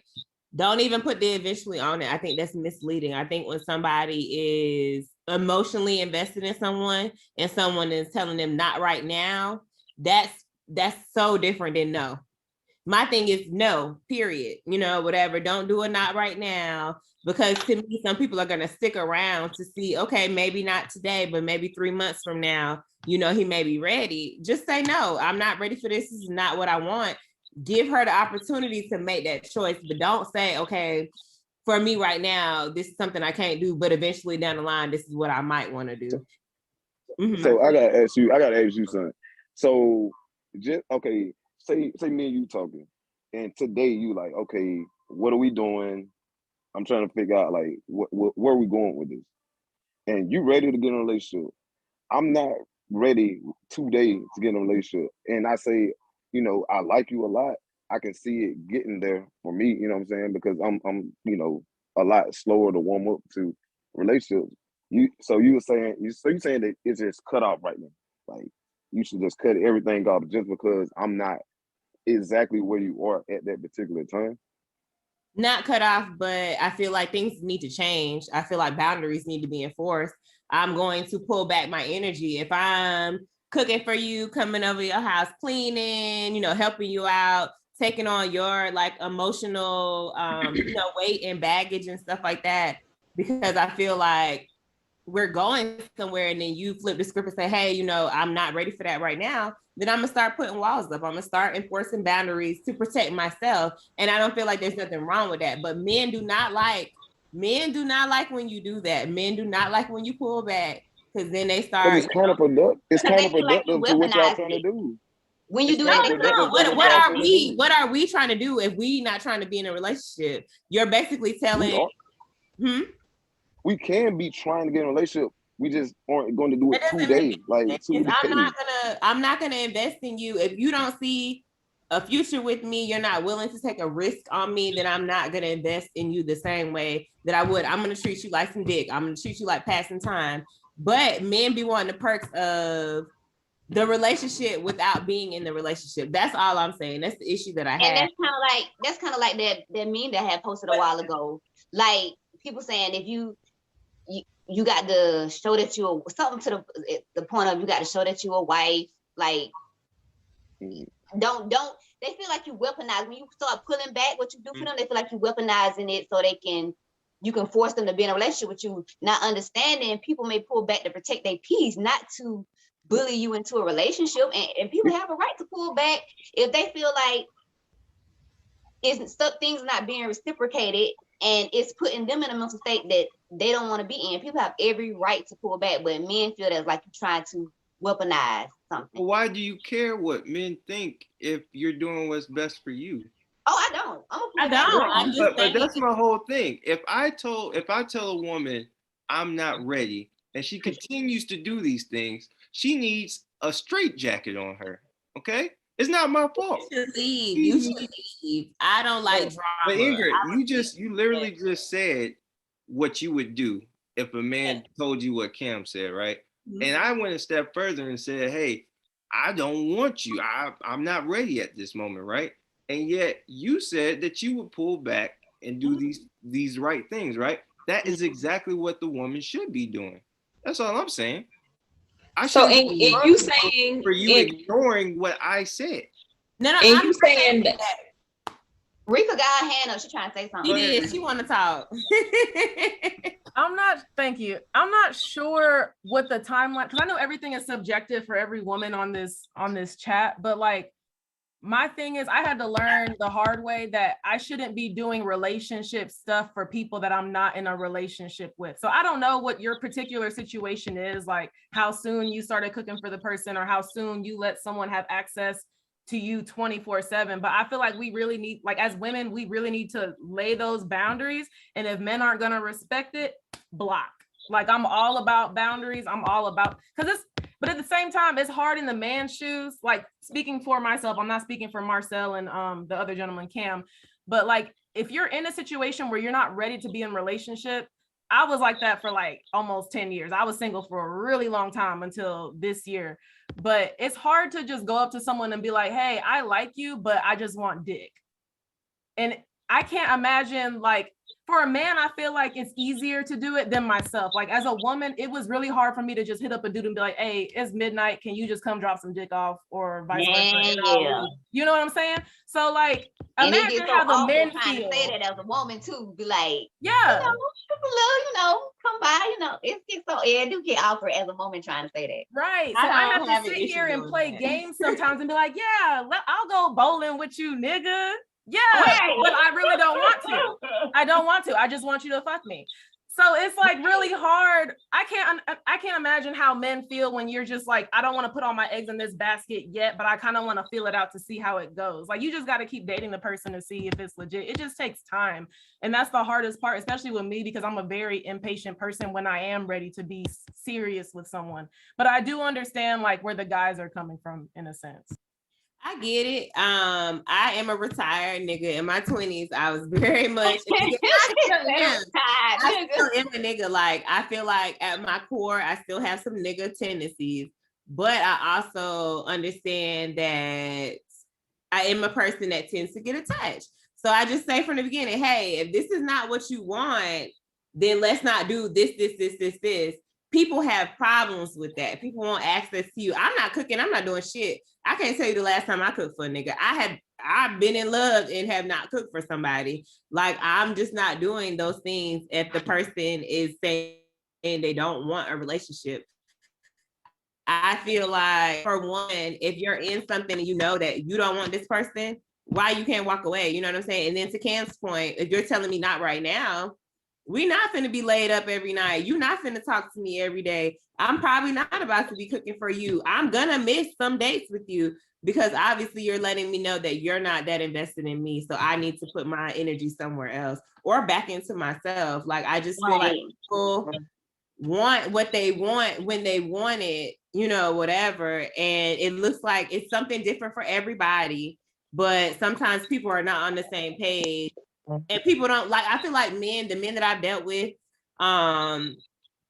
some of them have not been comfortable saying, hey, I'm not ready for a relationship because they know that it's going to change. They know how I am. They know that they're not going to get the same Ingrid that they got on Monday. If on Tuesday they come to me and say, hey, this is not what I'm looking for. So I feel like some people really don't speak up. Men say, oh, I tell women all the time, whatever, I don't want a relationship. This is what I want. But I don't feel like that's the case. And see, with the way most men are now, with them not being ready, it puts me, and I'm not trying to blame like them for my actions because it's what I'm choosing to do based on how they're moving, but it makes me not want to, I'm already a reserved person, but it makes me want to be even more reserved. So it's like they when I'm talking to men, they always like, you hard to read, you don't say much. And it's because, like, I don't know what you're trying to do. What you trying to do here? Like, where are you trying to go with me? Like, I'm very open and I know how to be vulnerable, but it's like, if I don't know your intent, I'm not trying to put energy into being open with you if you don't know what you want or what you're trying to do. I feel And like y'all that's gotta totally understand. understandable and respect. And that's a respectable thing. Like, there's nothing wrong with that. But yeah, feel like- I don't feel like it is either. But they get like to a point, they get frustrated. Like, oh, it's like you hard to read. Like, I mean, I'm not. You if you ask me something directly, then I just give you a straight up answer. But other than that, I'm not trying to put more energy into something than I need to if I don't know what you're trying to do. And Treese, they don't have the right to be frustrated if they've told you that they aren't necessarily ready, and then you cut back, or you don't give all of yourself to them. They don't have the right to feel that way. I mean, I guess you can feel however you want, but at the same time, I wouldn't care because you've already told me where you're at. So now there's a certain expectation. I don't have the same expectation that I once had because now there's an understanding of where you're at and where I'm at. So that's where I'm at. That's who I am as a person. It's like if I communicate to you, because a relationship should have communication. If I communicate to you properly and say, this is where I'm at in life, and then you tell me what you want. Okay, boom, we have this understanding. Now, if you go above that, I'm not responsible for that. I've told you what I want. I should not be responsible. Yeah, you just don't want no parts or nothing, do you? No. Look, as a Don't put man, nothing on me. no. What I'm saying is, as a man, yes, there's accountability, as in you reading the room and saying, all right, well, I told her I didn't want this, but yet she's still going ahead and doing that. At some point, you have to have another conversation, and you have to let them down. You can't just let people down, any way you want to these days, because they're snapped, there's fatal attraction, there's certain things. It's your third time mentioning something You legal. know why I mentioned that? No, you know why I mentioned that? Because Who got my boy shook? It amazes me how I can tell you, flat out communicate to you, and you still go ahead and be hard-headed.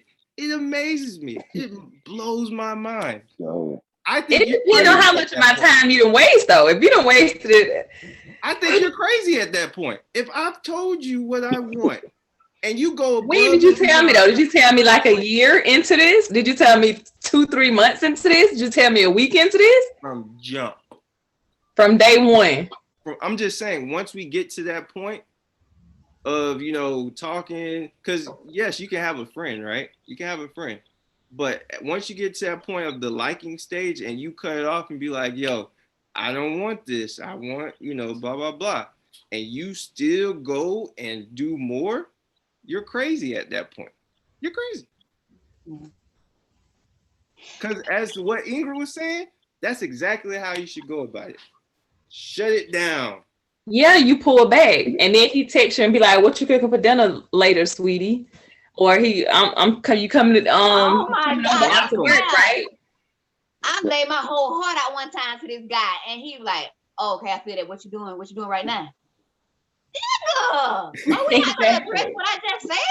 Like how I feel about the situation? Like that future meeting that's going around. Like, she's like, oh, I hate you. He's like, oh, okay, what you doing right now? Like, just completely. Nah, he crazy. That's a crazy. Don't take it personal. Don't take that stuff like that personal all the time, because I'm this type of person, and I know it's a lot of other guys that are these type of people. Like, I'm not overtly emotional at all. Like the words of affirmation, like that's my least fluent like love language. Like I'm not fluent in that at all. But the thing is, I'll jump from a car for a person, but I just won't necessarily be like, oh, tell them every time, all the time, like, oh, I love you, or do all this, all this extra stuff. But I mean, some guys are just like me. I mean, I'm not making any excuses or anything like that. But I mean, unless like when it comes to those acts, like y'all talking about, cooking, cleaning, doing all this different stuff, unless a conversation has been had about the intent of those actions, I'm just gonna take it for what the action is, because it's been situations where it's been a girl that it was laid out that we just doing this, but she just likes doing this for the person that she just fucking. Like, she just likes cooking or whatever. We might just be friends outside of that or whatever. So I don't necessarily just take some of the things that y'all are saying is, oh, this person likes me or this person wants me, person wants me to be in a relationship with them. I just take it for what it is. Unless they tell me like, this is what I do when I like somebody. Because unless, I don't like to assume anything. I really don't. I don't like to assume anything when it comes to Me either. people doing certain acts and stuff like that, because you don't know what intent they had with those acts. I mean, sometimes they might be good intentions, sometimes they might be intentions, that are not so pure. So I just take it for what it is, unless we talk about it. I agree with that. I don't disagree. I think just saying cooking and clean is just easy to say because those are things that I just do naturally. Like I do them for my homeboys. If we going out to eat, I might pick up the tab, whatever. If I'm coming over, I might cook a meal, those are things that I don't mind doing. So those are not necessarily things that I do for someone to show that I like them, or whatever. I just think it just depends. Everybody's different. So I understand what you're saying. And I'm not necessarily saying that those are actions because I don't like performative acts. I don't ever do anything for anybody hoping that they gonna like me because I did this, or they gonna like me. Like, fuck all of that. I'm gonna be myself, whatever. If I feel like cooking today, then that's what I'm gonna do. You either like me or you don't, whatever. Yeah. I believe Ingrid, I got a question. I be saying that all the time. I ain't trying to sell nobody on me. You gonna like it or you don't, but I'm not finna try to convince you that I am it. You gonna know it or not. It's just that simple. So Ingrid, so you cooking for your homies, but you not cooking for your man? I don't have a man though. I don't have a man. No, I'm saying you said you can't remember the last time you cooked for your man. So I'm just saying, like, we out here cooking for the homeboys, but you ain't cooking for the man. See how you already got a problem with it? See, look at that. That's the reason why I flipped that. No, the reason why that's exactly how you gonna be. No. Listen to me. The reason why I flipped that. We didn't even hit none of the insecure points. Right. The reason why I flipped that is because she said I was saying two different things. But if she out here cooking for the homies and then she not cooking for her man, then all I'm saying, it proves my point on people value certain things. That's all I'm saying. So don't confuse it. I have not had a man in like 5 years. The last man that I had, we were living in a completely different country. I was on a deployment. It wasn't no cooking. You know what I'm saying? So I showed my service or acts of love completely different in that situation or whatever. I'm saying a dude that I'm just dating and we trying to figure it out, I'm probably not cooking for him because we're probably not spending that intimate time. I'm probably not spending a whole bunch of time in his house where I'm able to cook. He's definitely not coming to mine. I don't entertain men here, whatever. But my homeboys can roll through. I might go over there, spend the night on their couch or whatever. If we're drinking and stuff like that. And yeah, I might, cook dinner that night, whatever. But I just feel like, what? That was exactly my point. I'm saying if I have a homegirl, if I have homegirls who have cooked for me, and then I didn't disagree with you, Sal. What I said was, at that moment that that this person is cooking for you because they like you and you don't like them like that, I wouldn't eat the shit. That's what I said for myself. That shit's not good. I'm eating it. That's all I said. But how am I supposed to know until I know though? Because like that's you know what she said. I'm eating that shit. Like niggas is not dumb. This is the thing. Like I've had men say, "Hey, I'm cooking or whatever. You want to come over?" And I knew they wanted more, and I like to eat. I will never turn down a meal. And I said, no, I'm not gonna do it because I don't like that nigga enough to go over there, be in his house, be in his space, and allow him to cook for me. Like, I understand where you're trying to go with it, Sal, but I don't care. What I'm saying is men read differently is what I'm saying. And I understand that. I do understand it. I mean, there's just certain things that people will do for me that I don't think are what they think it is, whatever, or what they want it to be. Everybody's different. Cooking is not a big thing. I cook for people that I love. So I could cook for my friends. I could turn around and cook for a nigga that I'm dating. But I just feel like if a man tells me he doesn't want a relationship, I'm not spending the time with him to be able to cook. I'm not at his crib kicking it for hours where I'm coming over there, you know, getting groceries, getting things together. That's an act of love for me, you know, whatever. And he's probably not spending the time at my house to be able to even eat. We may go out, we may go to the movies, but I'm not spending the time in the kitchen, you know, taking my time.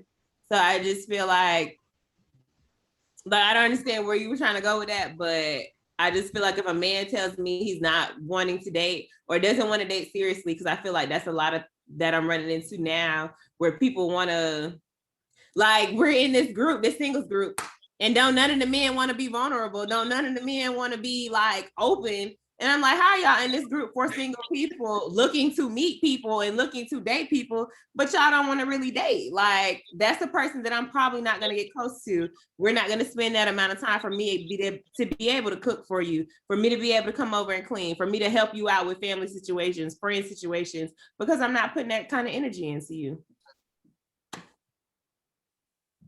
Go ahead again.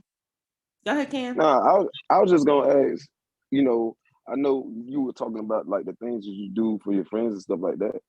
So how is he supposed to perceive that as being anything more than friendly if he knows that you're doing those type of things for your friends?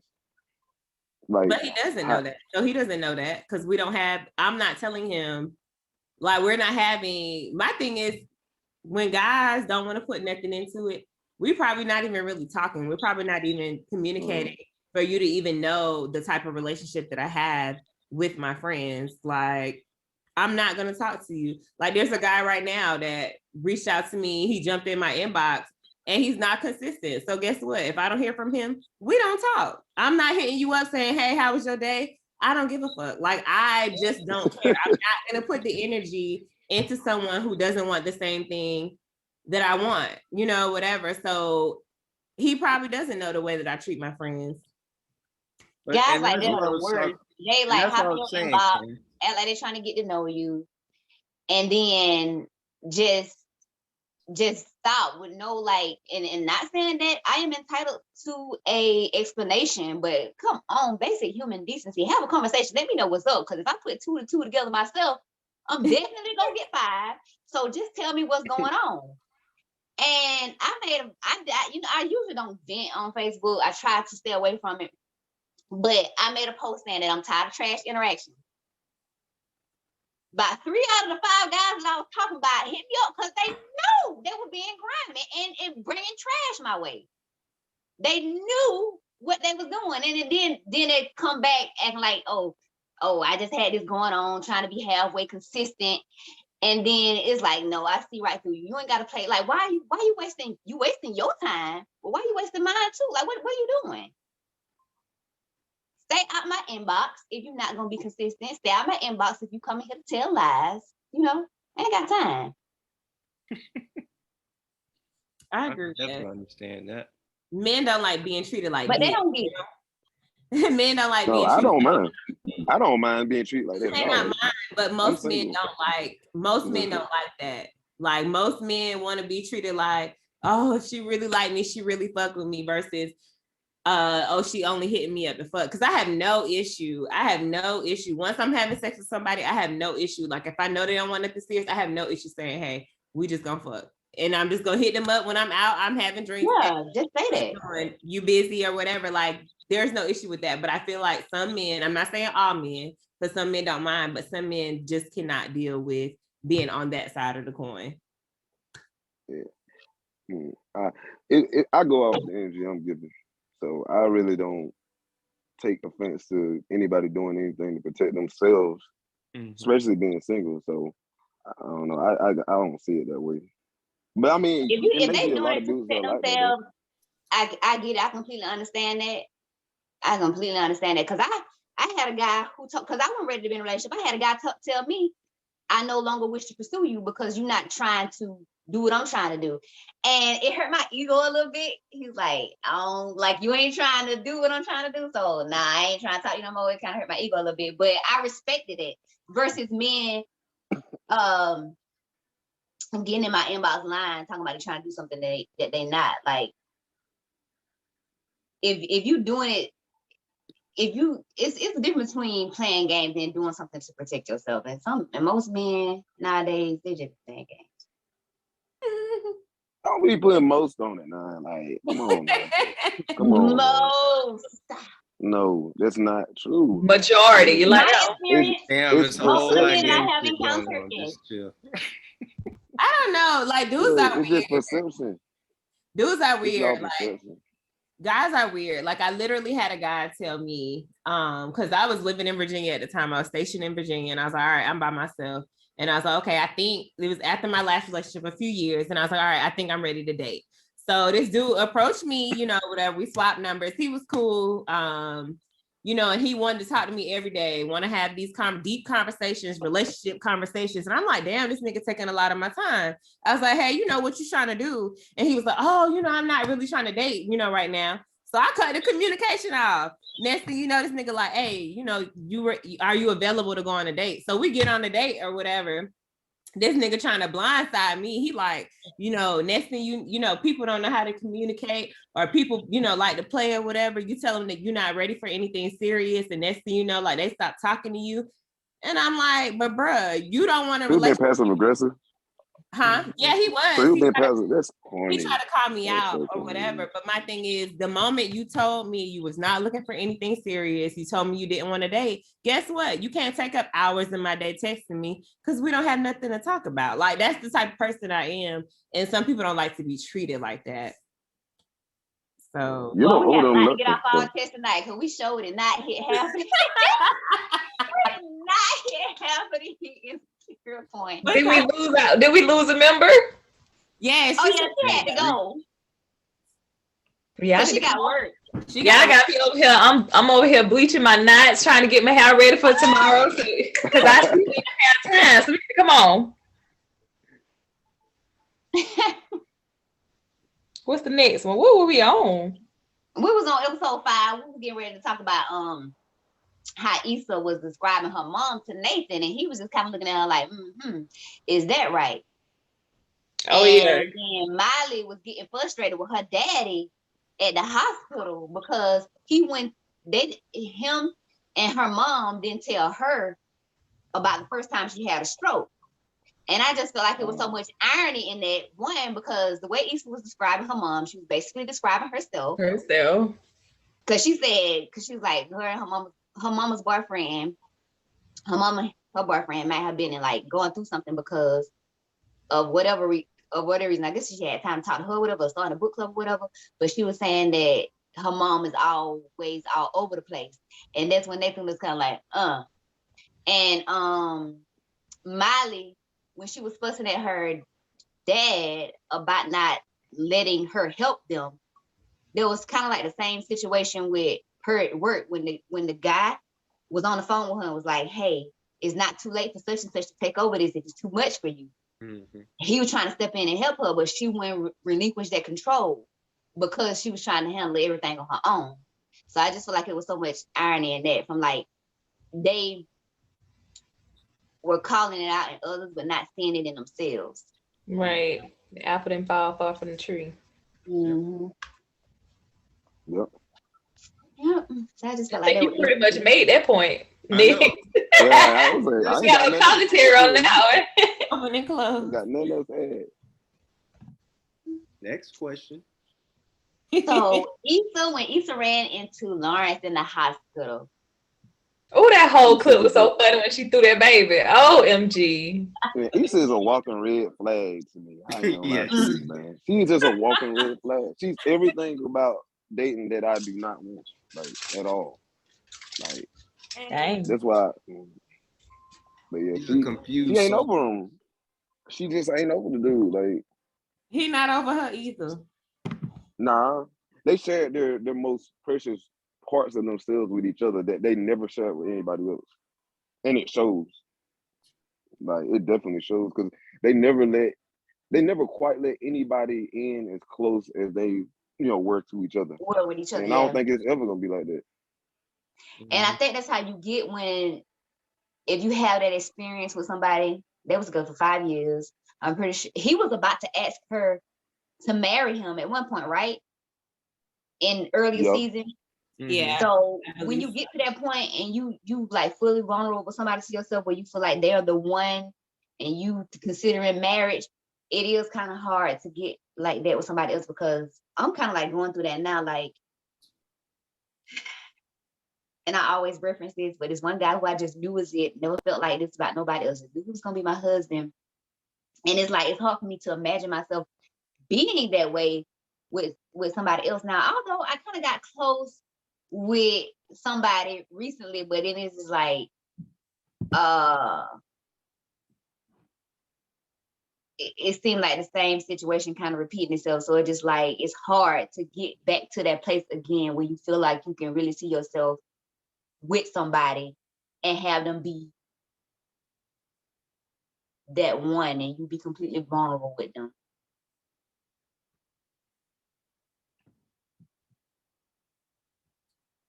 Sale taking notes. I agree though, and I think that's their problem. I don't think that because they have not healed from that past relationship, like Kim was saying, they're never gonna meet someone else as deeply as they did with each other or with themselves, whatever, because they really were like rock bottom when they were together. Now they're in this place where they're like getting their shit together.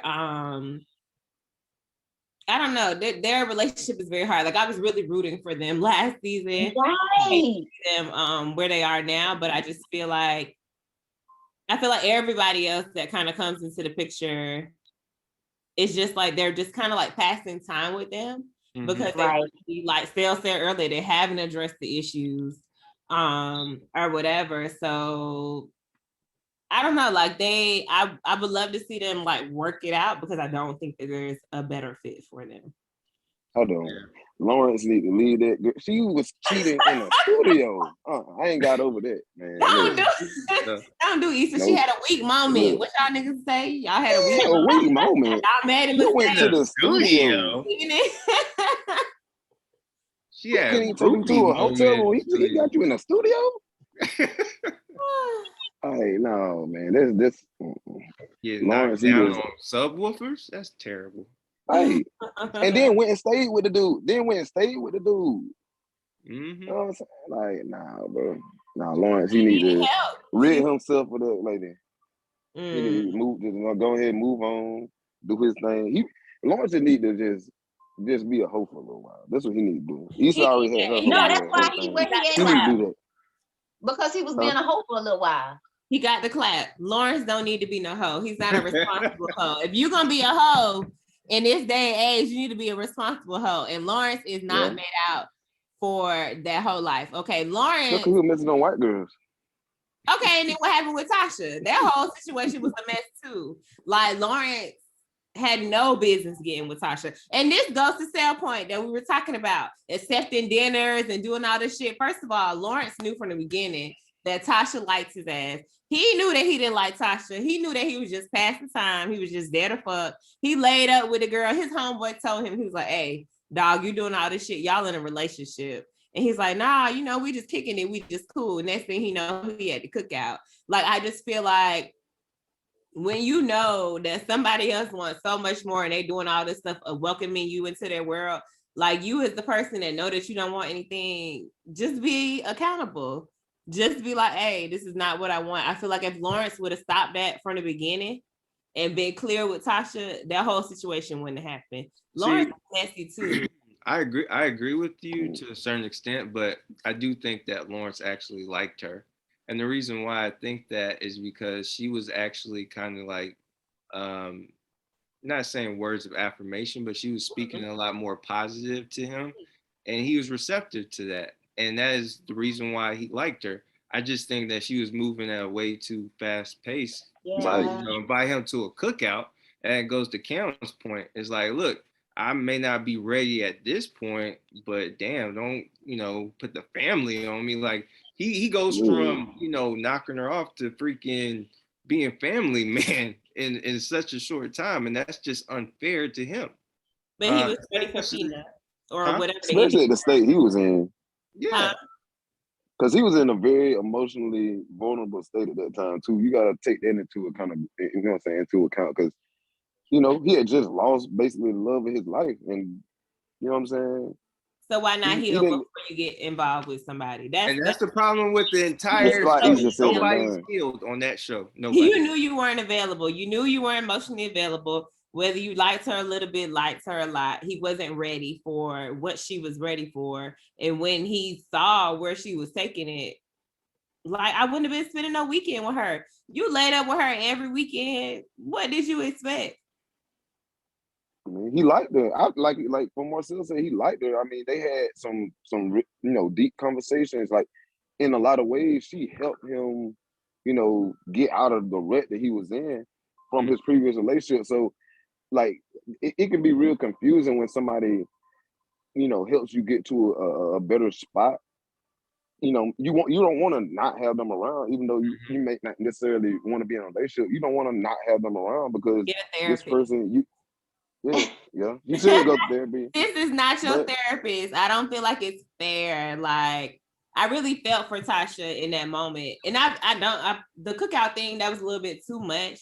But at the same time, I felt like he could have been a little bit more open and honest about where he was, because he knew how much she liked him. You know what I'm saying? And that's the thing. Like, I feel like men love to take, and I hate to say take advantage because it's such a bad thing, but they like to take advantage of a woman being open, a woman putting, that energy into you. But she wouldn't be doing that. Mm-hmm.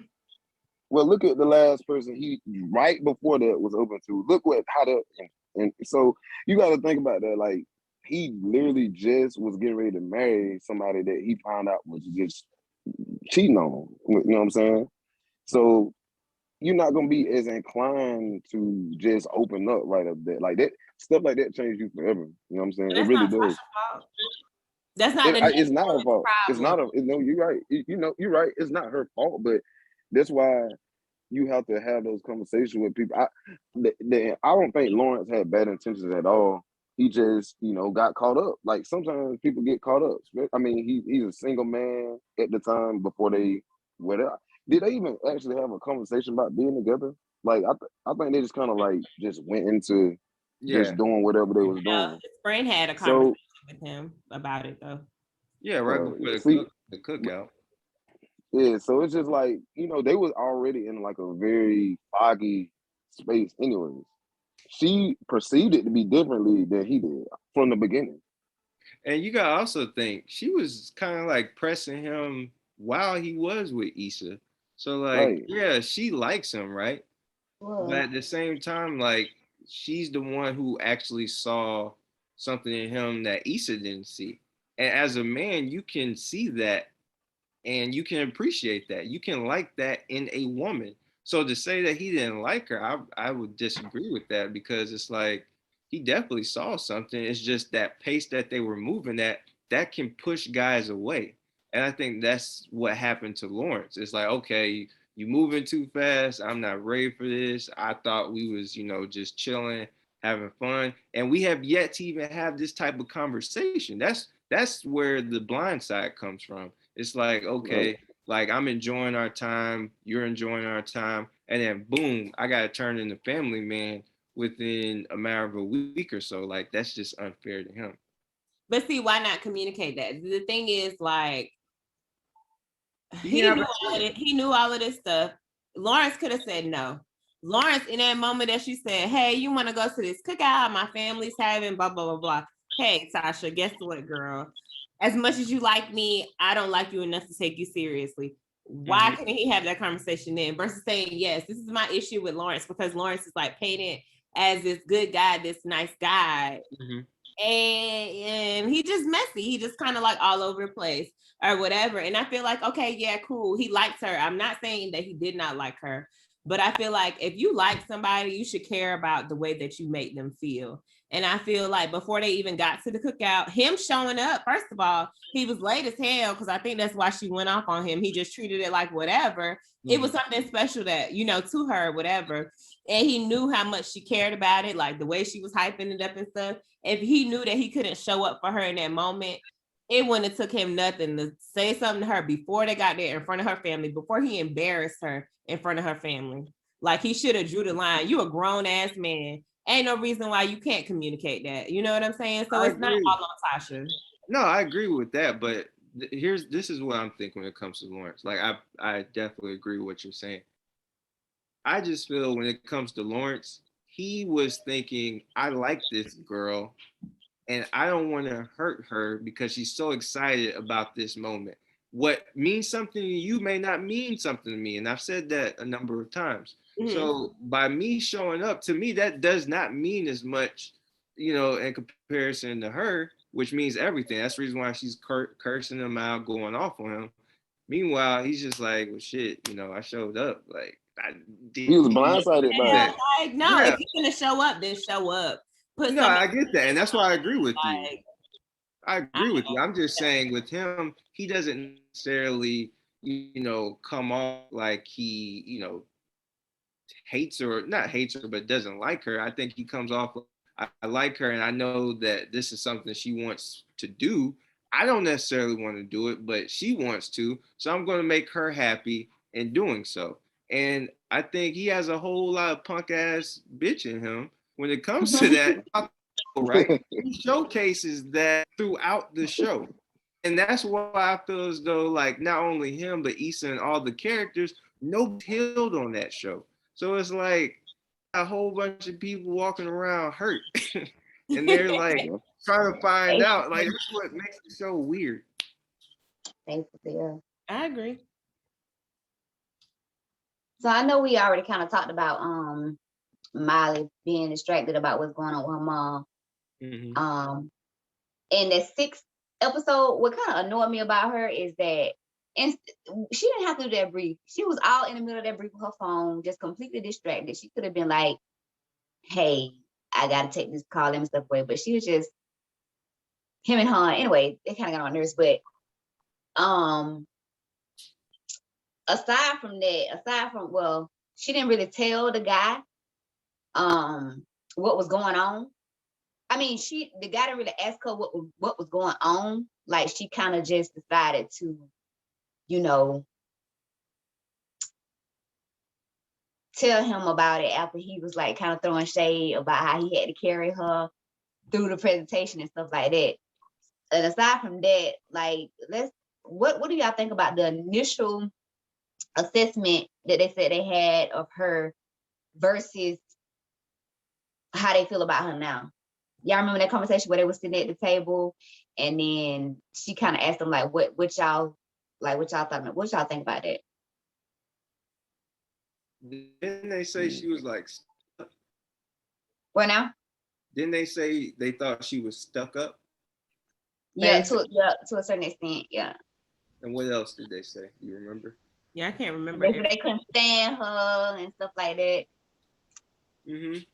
Because she was definitely giving off those type of vibes currently, as far as the situation she was in. It's like, let me be a control freak. Let me show people that I can do any and everything and that I don't need any help. And that was the biggest issue with her when it comes to working with others.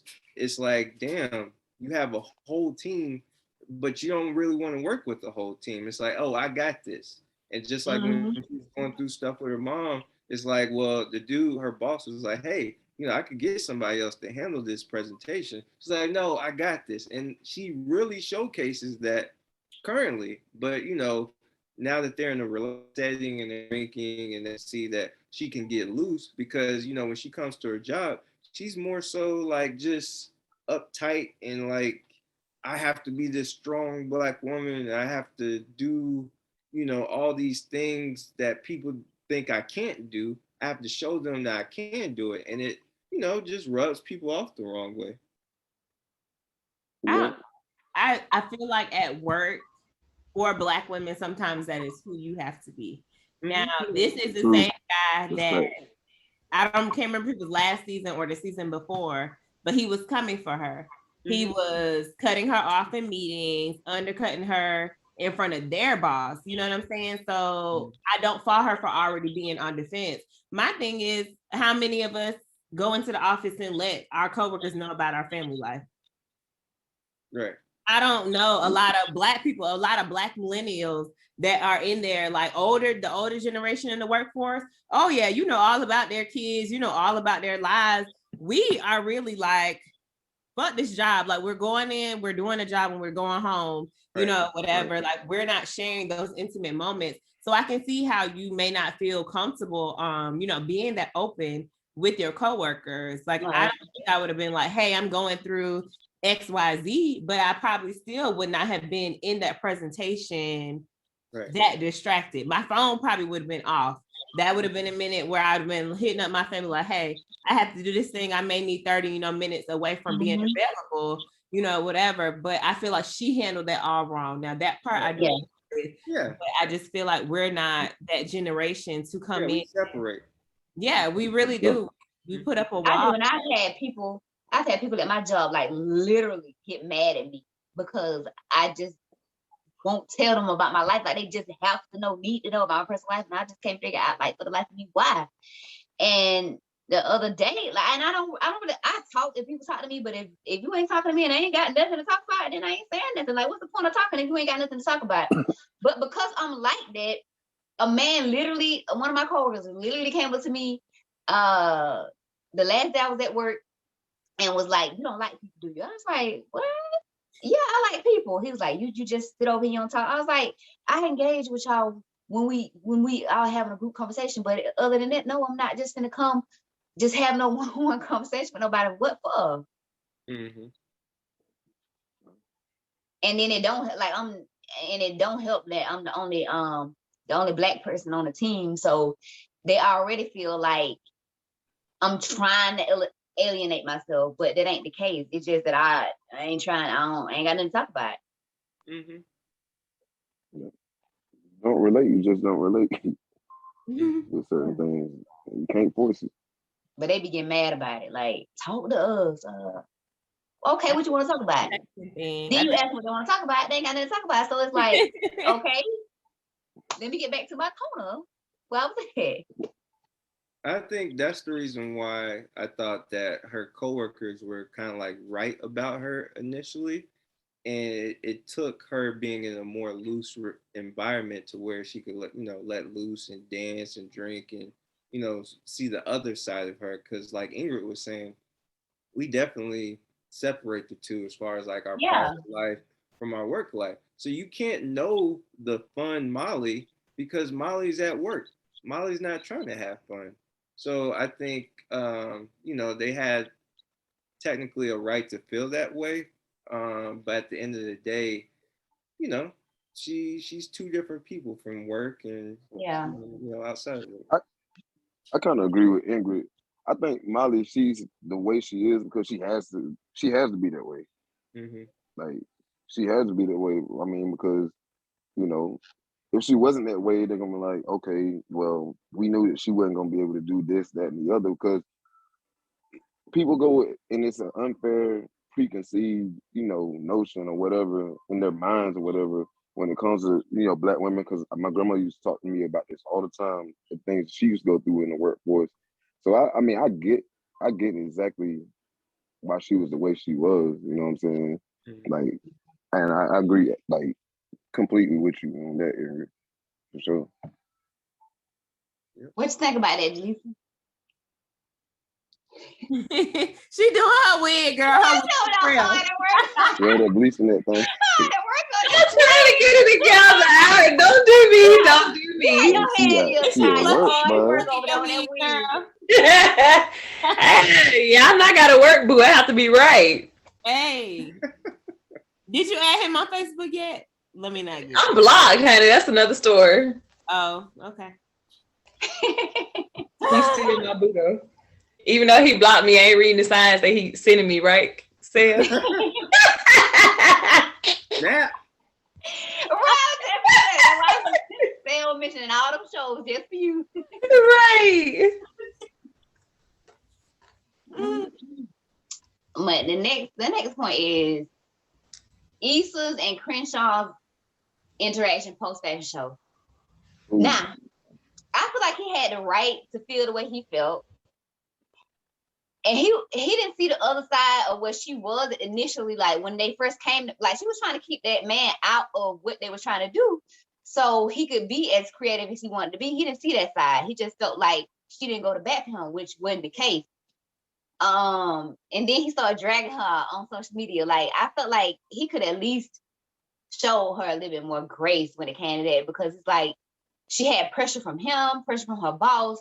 So, you know, the pressure coming down from the boss, and that's your main source of income. Of course, you gonna like want to do what they tell you to do, because that's your job. Like, I feel like he could have been more understanding instead of dragging her and stopping potential clients from working with her. Yeah, no one on that show communicates, so that's why they all suck. Honestly, you shouldn't even be tweeting stuff like that. Like, talk to the source, talk to the person that you have an issue with, instead of being, you know, a child and triggering off tweets, you know, left and right. Like, even though you're trying to make her look bad, it's still making you look bad, because now you look like you can't handle your business because you're emotional too. Like, you're gonna pop off if something don't go your way. Yep. Well, he fine still. I know. I cannot say yet. Sarah Casey watch, child. Casey watch. I'm single. Nah, girl, because he said he ain't ready to date. What he said? Did he? Well, I'm gonna cook him a couple meals anyway. He just gonna have to take. You see, you the one that was talking about. Because he said he is not ready to take a woman seriously until he gets himself together. And that is the man that I'm just gonna have to appreciate him from a distance. Yeah. Run. Like, yeah, so I just felt like, and then the people, other people were just eating it up. Like, oh, you Issa? Like, oh, we'll get back with you. Like, they were just eating it up. Like, they didn't even like give her a chance based on what he said. Like, that experience could have been different. Like, they didn't even know the full detail. They just went with what he said. Yeah. Not realizing that where he is and he has the platform that he has because of something she initiated. Right. Like, even though he was expecting more, she still, like, I feel like she still kind of held up her part of the deal with helping him and getting him out there. Like, and then he still got the opportunity to buck and do exactly what he wanted to do, and it was a success. So for him to still feel some type of way towards her, I just was like, you could drop it now. Yeah, he did it without her consent, though. He just decided to throw the show that she told Which him. is why exactly what I'm saying. He did it without her consent. It was a success. So why are you still mad? Mad enough to be dragging her. First of all, calling her name out on you, just putting her name out on social media. Yeah, I just think the only weird thing was, like, it seemed as though in the beginning he didn't necessarily want to work with corporations and he wanted to stay a street artist or whatnot. So, like, he in his mind thought he was doing her a favor by, you know, working with her, because he thought that she saw his vision. But then, just like the reason why he doesn't want to work with corporations, she did the same thing, as in, like, trying to change his vision as far as, like, the show. So I can see why he would be upset at that. But again, you don't go and tweet a whole bunch of stuff, because that's just bad business. Like, if you have a problem with someone, you know, talk to them. So that was my issue. I think he did. He did. And that's another reason why I don't know why he even went to, like, social media and call her name out and say, you know, she a fraud and all this. Like, me personally, if I got an issue with you, and I feel like I gotta speak on it, you gonna know it. I'm gonna tell it to you, and then I'm gonna be done with it. I'm not gonna get on social media and just bash you, because that's gonna be between me and you. But you gonna know how I feel. I'm just not gonna hold it in. You gonna know about it. And he did that. So all the extra stuff with social media, I don't get why he did. I'm gonna do both. I don't know. If a tweet comes around, I mean, I might not personally create my own tweet, but if something pop around and I'm feeling it, and it may apply, I might retweet. I might like it. I'm not above. So you a sub. You be subbing. Hey, but I also don't mind telling somebody. Like, I'm very. Oh yeah. Like, it ain't gonna be like no pop off type of thing. But if I feel like I need to address something with you, I'm gonna tell you. Like how he did. Like, oh, you trying to stop my creativity? Like he said his piece. He should have just let it go, moved on, and not try to sabotage her from working with other people. Yeah, He y'all wasn't not being gonna empathetic. continue dissing Jaleesa's boo like that, okay? That's why I ain't saying nothing, because I don't want him to hold me to it. But what's the next question?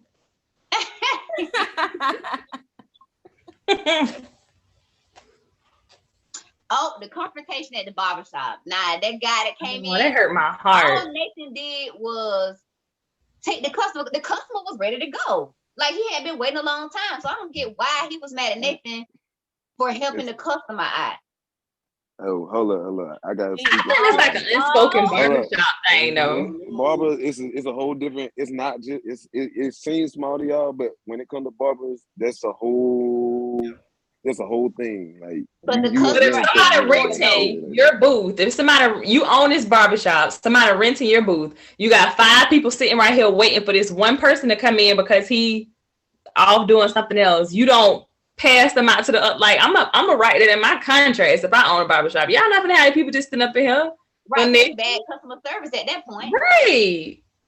But at that moment, even though that was bad, he had a track record of bringing celebrity clientele there. So right. he was bringing in a different type of revenue that the barbershop is not accustomed to bringing in. So by you taking that But one he guy, the unwritten rule. He don't have to stop doing that on account of Nathan, though. What do you mean? I don't think Nathan had bad He intentions. I will say He that. was mad I at don't Nathan think he for had bad cutting his. intentions. What now? I don't think Nathan had bad intentions, but Nathan, he should have known better.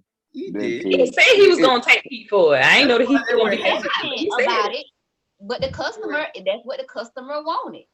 Yeah. I think like even outside of the barbershop, like I get what you guys are saying. I think these points where people are consistently shitting on Nathan and trying to make him a bad guy, I think they're trying to touch on the way that people neglect Black men in mental health. how they treat mental health people, because I feel like the cousin, whatever, treated him poorly, regardless of whether they didn't feel safe within the household or whatever. You can really see him just being a kid, like, I try to, show them, try to make them proud of me. I try to show them a different side of me. I try to make, what I did wrong, I try to make it right. Same thing in the barbershop. Like, I feel like Nathan is really trying to work hard at proving himself. And it just seems like these instances where he's thinking he's doing the right thing, his intentions are good, they're pure. People are turning around and really trying to make him the villain. So I really feel bad for him in that sense. And I feel like that's what the barbershop really was. Like, I know, taking the customer and stuff like that. But I think that was really... And then he tried to insult him with his mental health problem. Like, that was that's what I think. I think it's a lack of respect. Yeah. And here's the thing. So was Nathan wrong by, taking the hit? Of course, he was wrong. But the entire barbershop agreed. They was like, yo, go ahead and take that hit right there. Go ahead and take it. So therefore, I was like, well, if everybody supports that decision and they voted on that, I can't necessarily have a problem with that, because it's not just Nathan. Like, the entire shop was like, hey man, go ahead. And then for that dude to come in and attack his mental health, that lets me know how he truly feels about Nathan. Right. Oh yeah. And that was some real whole shit right there. Yeah. Right. And I don't feel like it was wrong, period. Maybe it's something I'm missing, but the customer was like, hey man, I gotta go. Can somebody help me? He was helping. But when the guy was saying, oh, I'm on the way, I guess he repeatedly said that. So it's kind of like, well, I told you I was on the way. He should have waited. Yeah. I guess, but no, I agree. The customer is the one paying the money. And if somebody does to assist them and they ask for assistance, then I don't see what the issue should be. Yeah, but all right. So if you understand, barbers don't get paid by the hour. Yeah. They get paid by the client. They But if they you don't want get the paid by money, the you hour. be on time for your client. Exactly. Be on time then I if mean, you know you he get paid by the he, client. he should have been on time, but I'm pretty sure that wasn't the first time that this person has had their hair cut by this guy. So I'm pretty sure this wasn't the first time that this has happened. Obviously, it wasn't because they were talking about it. Well, maybe they failed. Right. If I'm waiting on my barber and he's not getting no tip, and I'm probably not staying that long, I'm probably gonna That's find another facts. solution. Right. I mean, that is true, but I'm not. If I I'm even if not. I I'm know not how gonna go you to somebody are else. and I put up with it for a while, when I get fed up and I'm ready to do something else, then that's on you if you miss your opportunity. Yeah, but It's just like an unspoken rule. Like if I go to the like, say for instance, I go to the barber. I go. His name is Will. The other guy, his name is Jance or whatever. Is under no circumstances. People, you already know who goes to who. Under no circumstances have I ever seen one of them just cut the other person's client. Like, you know what I'm saying? Like it just, I just never seen that. Nothing like that. I mean, it's just like an unwritten rule. But like y'all was saying, he did overreact. Definitely, he definitely overreacted. You know what I'm saying? He definitely overreacted. But he had a reason to be irritated about it. But I mean, the whole, attacking his mental Oh health and stuff yeah. like that, I definitely don't agree with that. Of course But he had a reason. I'm not gonna say he didn't have a reason to be irritated. Okay, it's my customer, I get paid per client. But at the same time, man, you gotta hold yourself accountable too, because nobody tell you to be late. Right. I would have been like, appreciate it, man. That's true. Well, Thank here's you for helping here's me the out, bad because I'm part. late. I'm flat. Give me my referral fee and let's call it a day. Right, but here's the bad part. So this guy, this barber, let's say he's late all the time, right? And you let Nathan cut your hair, and Nathan does a great job, and he's always there on time. You may lose a client to Nathan. And it's still That's your so fault. bad. You're no Guess time. what? No, but I'm just saying that right there is a beef waiting to happen. Because And it's one that could have been avoided if you would have been barbers on are time. in my opinion, and I'm not trying to offend anybody, but barbers are some of the most sensitive people. Man, that is true. I'm not trying to offend anybody, but they are. And the moment, let's say my barber texts me, I'll be like, well, I went and got my hair cut by somebody else. It don't even have to be in that same barbershop. It's somebody else. Damn, bro, it's like that. You don't fuck with me like that. They are emotional as hell. So for that moment to happen, I know for a fact, I'm like, that's going to happen. A beef is literally going to happen. They are very emotional. Yeah. I agree. I just feel like I mean, I know you guys are saying like he's bringing in celebrity clients and stuff, but I just think that and it happens all the time. Like we see it with business in real life.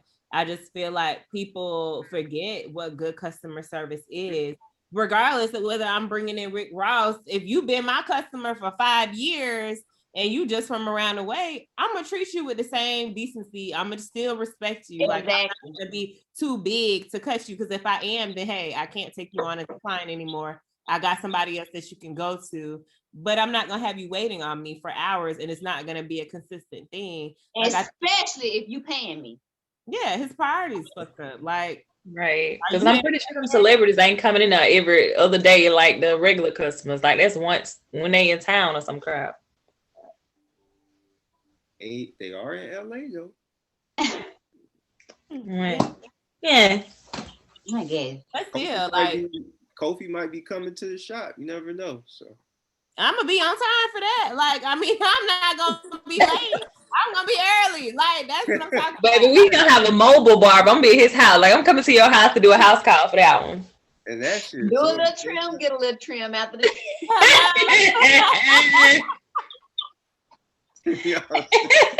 They said nothing but a word. Put the cut down the trees.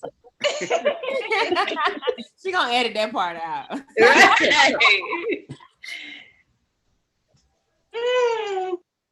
Yeah. Next question. Toast. The way you just drank that. Right. Privilege. Didn't you look privileged? On my phone. Issa and Nathan spat. Like I don't even think him not saying I love you back was her real issue. Like the way she even brought it up, I don't feel like that's a real issue. I feel like she just need a reason to project how she feeling because she ain't dealing with her own junk. her own internal stuff. Yeah, Agreed. I agree That with was that. so funny when she called herself trying to make him say it when she was riding him. I'm like, girl, Right, that's not even the time. Like, what? right? Love, like, girl, what? That's definitely not the time I want to If hear. I was a guy and you started asking me questions like that, I'd just be like, That's not the time. I hear that plenty. Right. So I ain't gonna believe it. I definitely ain't gonna believe you say it then. Yeah, I was just like, Yeah. girl. Yeah, that was a lot. Because at first I didn't catch on, and then after a while I was like, okay, so she's trying to force this man. And that's just, if you gotta do all of that, then at that point I wouldn't want to hear it if I have to work that hard. Right. And then her trying so hard to get him to say it when it ain't even what she really trying to hear. She don't really want him, especially if you having illusions about your ex and his baby mama. You don't need this man to tell you he love you, because you don't care. You don't care if he love you or not, because he ain't what you want. Yeah. Yeah. And why would he take her seriously after she was just crying about somebody else the first time they didn't hung out? Like, I wouldn't believe it. I wouldn't say it back either. A week later, she say, "I love you." Yeah, like, you were just crying about somebody else. Like, what man. you got going on? I did that. Right. I wouldn't even believe it. I don't believe nothing Issa say. Issa is just a weird thing. I just don't believe it. Bro. I want to like her, but it just as soon as I get close to liking her, she does something that just really just hurts me. Like, I just can't. Like, I can't do it, man. Like, she a red But flag. instead of him voicing that, saying like, you know, a few weeks ago you were just crying, instead he goes and say, "I love you too." That's the worst. It's the worst. Yeah. I just But you don't like want to her. feel that awkward feeling either, because it is awkward whenever when a woman says, you know, those words, and you don't feel that, you just like, You can't even say them, can you, Cam? Cam said those words. No, because I know those words are powerful. Like, I don't just say it. Like, it's almost like people in Harry Potter saying Voldemort. I just don't say it. Like, it's just one of them things. Like, I just kind of stay away from, unless I really, really do feel that. Like, it's like a curse word almost. Definitely gotta be careful. Because those words, they can damage. They do a lot more damage than, well, I ain't gonna say a lot more. Legally, They right? can do just as much damage as, you know, they do good for people. So I don't really too much fool with it. Mm-hmm. Yeah. Well, I love y'all. But I don't mind saying I love you too, honey. You're a black woman. You out here being successful. Like, I feel like people put a lot on it when it's just words. I feel like the action is what really. Yeah. No, Sel, don't jump on me. So I'm just saying, like, I'm not gonna go and tell a man, "Oh, I love you." Like, I just feel like it's a time and a place for it. And somebody I'm romantically involved in, yeah, I'm probably not jumping up and saying I love you. I don't ever say I love you first. But like, people that are in my life or people, you know, whatever that I pass by, I love you. I ain't got nothing but love for you. Like, I'm not a vicious person, you know, whatever. I get that. I feel like the actions behind it. If I'm sucking your dick and saying that I love you, that's so different than me just handing you a cookie or giving you a greeting card and saying I love you. They're human, you know. Yo, that takes talent, bro. That takes talent to do that. Like, that is multitasking at its finest. Like, I agree with you saying, like, I love you to a human being, like a fellow Black person, and because we need to hear that, right? Like, yeah, it's different. Like, we need to hear more love than hate or dislike or whatever the case may be. But it's just the circumstance. Like, I'm not going to say I love you to a guy. I'm not going to say I love you to a guy who I know is looking for me to love them in a way that I know I don't. Right. I agree. I'm not going to say it, but I mean. Have y'all ever said it and didn't mean it before? Absolutely not. I ain't gonna play with nobody like that. Anyway, she think about it. I've never said it to somebody. I've never said it to somebody I've been romantically involved with. I never said it to their face. I might call my girlfriends and be like, girl, I am so in love with him. But I ain't gonna tell him. I've had that conversation. Love and in love is two different things. You heard what I said. I've never said it and not meant it with a man. Like I've had family, you know, whatever, that we may be estranged and they be like, oh, I love you, you know, at the end of a call or something. And I just say, I love you too, because that's what you're supposed to do. I may not in that moment feel all the love in the world, you know, feel the closeness that we once had or something like that. But because they are family or like it's a familial relationship, I might say, I love you too, you know, whatever. But I mean, like when men say I miss you, I might say I miss you too, and I probably don't. Like, nah, I did that one. I done even gave out a do couple that. of U2s. If a I man didn't hear tells me that. I don't miss him. You I too. don't say the whole thing. I was like, you too. I just like miss you too. If I put the I in I front of ain't it, even then say I'm you real. too. I ain't even say you too, because I don't need nobody getting wrong impression about nothing. Like I know I said one time. like when I ain't hit no curve either, bro. I hate when I have to be direct. I hate having to be direct because I know how rejection is for people. Because I know how, well, I don't really care about being rejected because save me some time. But That ain't for anyway, everybody. right, so save me some time. We want But that's direct. what I'm saying. I do say that if you don't pick up on that hint, I will go ahead and say it. So you don't be out here, you know, putting the wrong two and two together. But I hate having to say that because I know how some men are with rejection. You don't want them to snap. Yeah, right. Especially if I'm somewhere with them by myself. Well, It's crazy that y'all even have to worry What's up? about it. You Huh? said that's what's up. I say it's crazy that y'all even have to worry about that. Yeah. I don't know. I feel Yeah, That's like crazy. when I'm in between and I'm not really sure, I might still be that person because I like to have all them little walls up. But once I'm like, oh, okay, I really like this person, then I'm like, oh yeah, I like you too. I may like them when they're initially saying it, but I might not hit them with the same thing just because I'm not sure if I want to open that door. And I used to be like that. Oh, Like I yeah, would that's be what I like, was talking. Oh man, my bad. No, go I ahead. would be like Go a ahead. little Hey, reserved. that's exactly what I was talking about when it comes to the relationship. Exactly. You just spelled it out. You really just No, spelled but it out. I'm not. But my actions are not. So recently I dated somebody that I was not on the same, like they were like, oh, you know, once I start dating somebody or whatever, I don't date them for long. That was somebody, I didn't even have sex with this person because I was like, I feel like if I have sex with this person, I'm not really ready to be in a relationship with them. They're going to want a relationship with me.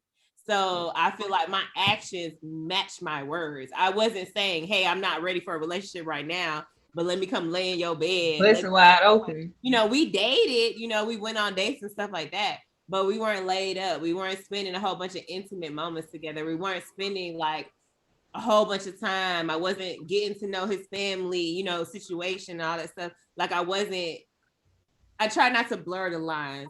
Yes, he was somebody that I was interested in. I thought, you know, we had potential to be something, but also I wasn't 100% sure. So I didn't put that much energy into it because I didn't want him to get confused. That was my issue with what you were saying, Cam. I don't see a problem with not being 100% sure, but I feel like it's very misleading for somebody who may have feelings for you, deeper feelings for you, when you kind of in and out, or you kind of, you know, you thinking about it, but you're still present for the intimate moments. You're still present for everything else, but you may not be 100% there. Like that can be confusing for someone. So I feel like I'm not that type of person. I don't want to leave nobody confused. I don't ever want somebody to say, oh, she played me, she hurt my feelings. I'm way too direct for that shit. I feel like that's where people start to mess up when they want to kind of coddle people, and I don't want to hurt their feelings. Hurt these people's feelings. Sometimes people need their feelings to be hurt because they're gonna be like, I tell you, it ain't happen. But just cash up me the money I spent on the first date. That's all you gotta do to me. Just cash up me whatever I spent on you. And I have done that before. Like I have given money back to somebody before, like because I don't feel right taking money from men anyway. yeah. So I have cashed out this guy one time. Yeah, because he was too hurt. So I said, let me just go ahead and give him his money back because child, I ain't got time. So he made my bushes. Right. Like I don't I really try to, if I know I'm not feeling somebody, I really try to let them know that, hey, it ain't because men nowadays, well, people trying to use them for a date, some free food. First of all, I don't need you to feed me, because one thing I'm gonna do is eat. So if I got to, I'm gonna spend my own money on some food. And good food. That I don't mind. So I'm very intentional about how I move, and then that's why it irks my nerves when men can't be intentional with me. Like, I always have on my big girl panties. So if you got to tell me that you don't like me, I'm gonna be okay. I will be okay. You ain't got to lie to me. You ain't got to mislead me. Act like you like me when you know you really don't. I'm gonna be okay. I'm gonna be okay. Yeah.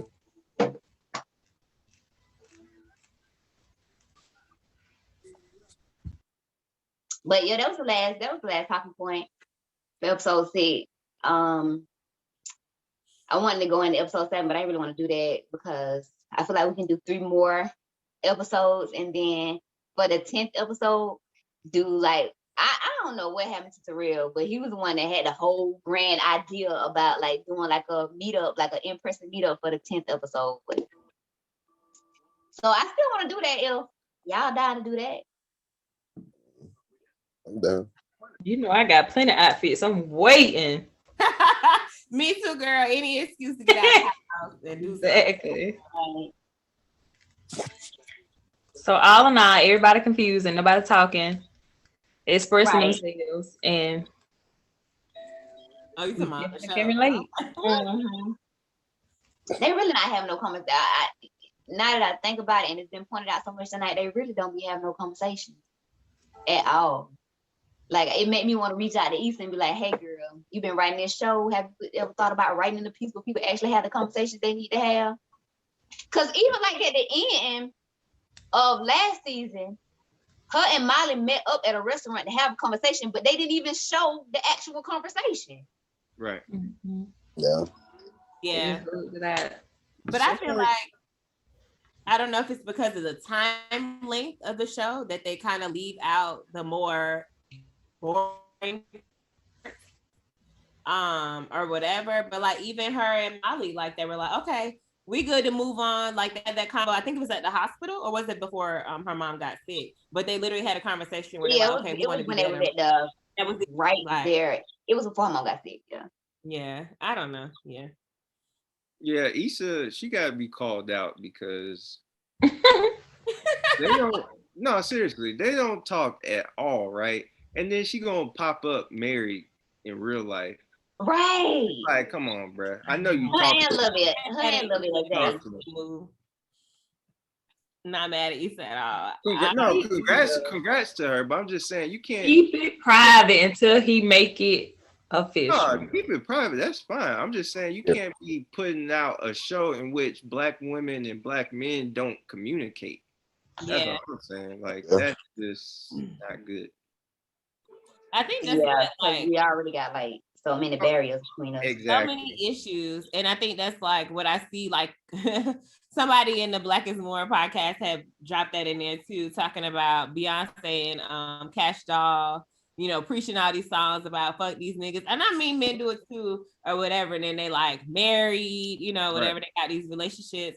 And I think, yes, the state that we're in right now, I feel like artists do kind of need to be responsible for putting those messages out there, because people like, I don't know, this internet generation, they are soaking up everything. Every time there's a conversation in these groups and stuff, it always goes back to men versus women versus the actual event or isolated thing that, you know, is being discussed. And I think that it's really damaging us. Like, we're so divided, you know, whatever.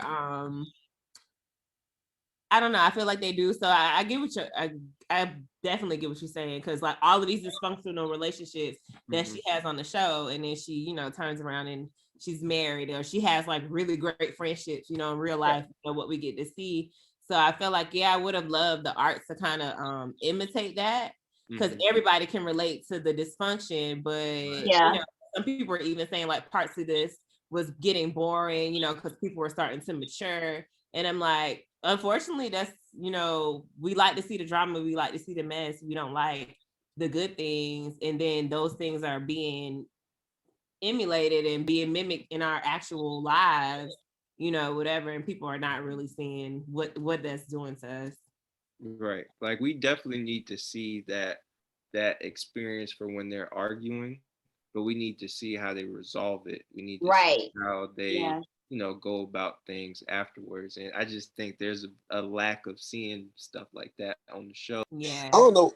With that relationship, I feel like it's just, I don't know, it may just be me, but I feel like it's like a some type of dark secret just waiting to be let out between them. Too, right?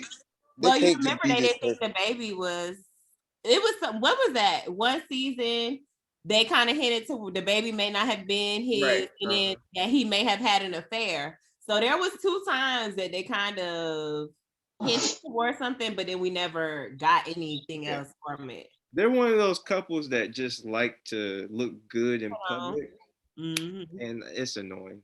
Sierra and Russell. I think Russell really loves Sierra, and that is a great relationship. And he is showing Black women that you can after pain and after traumatic experiences, and you ain't got to deal with these niggas no more. However the song goes, still bad season. I think that he loves her. I think that she settled for him because of what she had been through. I don't think that that's what really gets her fire started. But she was like, okay, this is a safe place. You know what I'm saying? I can settle here. Ain't nothing wrong with that. I think it is. I don't know. I don't think when it comes to like a life partner, you should be settling. Like, you know what I'm saying? I know they say it's like the 80-20 thing. Do y'all believe in that whole 80-20 thing? I do. I think that I go back and forth on it. But there was a podcast about settling and the way that we use that in such a negative way. And I think it was therapy for Black girls. And it was like, we come with these lists or whatever. And if this person doesn't match this list, then, we start to say, okay, they're not the person for us. Like, I think Molly does this a lot on the show. Like, this person's not beating this. They don't have this or blah, blah, blah, blah. When really, like, being realistic, somebody is not going to meet all of your expectations. Exactly. You're not going to meet everybody's expectations. Yeah. But with the 80-20 thing, I kind of go back and forth on it. But I don't look at settling in a negative light. I feel like we all gonna settle at some point. Like, I think it's more it's not using that word. The word is the connotation around the word. Like when we marry somebody, we literally call it settling Compromising. down. You will settle. You settle. It's making a choice to stick with something. That's all settling is to me. Like putting in the work to spend forever with somebody. Like that's what settling is to me. I used to look at it in a negative connotation, but now I don't, because you really making a choice to sit down somewhere, which is what settling is. Yeah, I don't think there's nothing wrong. Go ahead. No, I was just gonna say I think there's a difference between a compromise and actually changing who you are because someone wants you to change. So like I don't have a problem with me deciding to compromise because my lady may want to do something or likes to do something that I don't necessarily like. Like that's a compromise.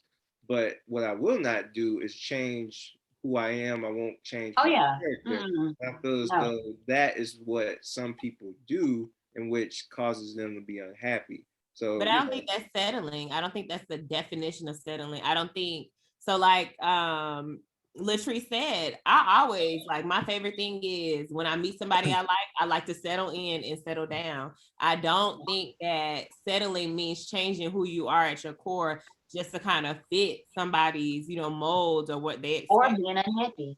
Yeah, and I don't think there's nothing wrong with meeting somebody that is safe, that treats you well, and saying, okay, this is where I'm going to be. I feel like a lot of times the people that are our types are not the people that are good for us or whatever. We're out here chasing this or chasing that or whatever. And sometimes those people that we overlook because they don't meet those things, they don't give us that passion and excitement. Like sometimes that's a good thing, whatever. It's okay to be with somebody that's safe. And I feel like a lot of people who have traumatic relationships back to back to back to back, they don't trust something that is safe. Something that is safe, Right. sends them running. Because I have self-sabotaged something that I felt like would be safe. I have self-sabotaged that.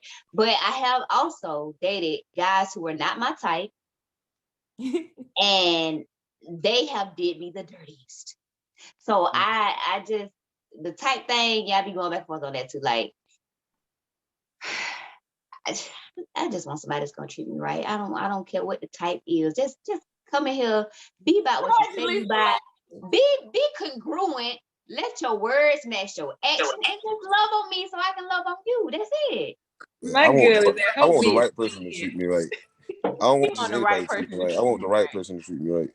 Because I mean, settling just comes off like middle grade weed to me. Like it's just like it gets you there, but it's just not like nothing It's to how you call. look at it. So you think you're gonna find a woman that literally checks off everything that you want in a woman? Well, the things that I want, I don't have like a necessary list, because the thing is with me, the way I perceive women, different women make different attributes look different on them. Like just like if you wore an outfit, Latrice might wear an outfit, but it might look different on you, or and vice versa. Like that's why it's just like it's all about matches to me. It's not like she gotta have a big booty, she gotta have long hair. Like it's not like anything like that. My list is not superficial at all. It's how the person presents it. It's all about presentation for me. And like I just don't feel like, I don't feel like I will ever really be happy. And I feel like that's why a lot of people cheat, which is not, I do not condone cheating. But if like you said, your type, what gets, that brings that passion and stuff like that, and you've already tasted that, you're gonna always be longing for it, whether consciously or subconsciously. I feel like whether No, you're in the that guys relationship with a person is safe or not. the guys that I feel like I just had to have, which would be classified as my type, at some point, even though that would get me going quick, at some point I stopped longing for that because it was not leading anywhere. So I would go for guys who like had the attributes that I wanted, but were not necessarily my type. Like they wouldn't get me going quick, but they had the values that I valued.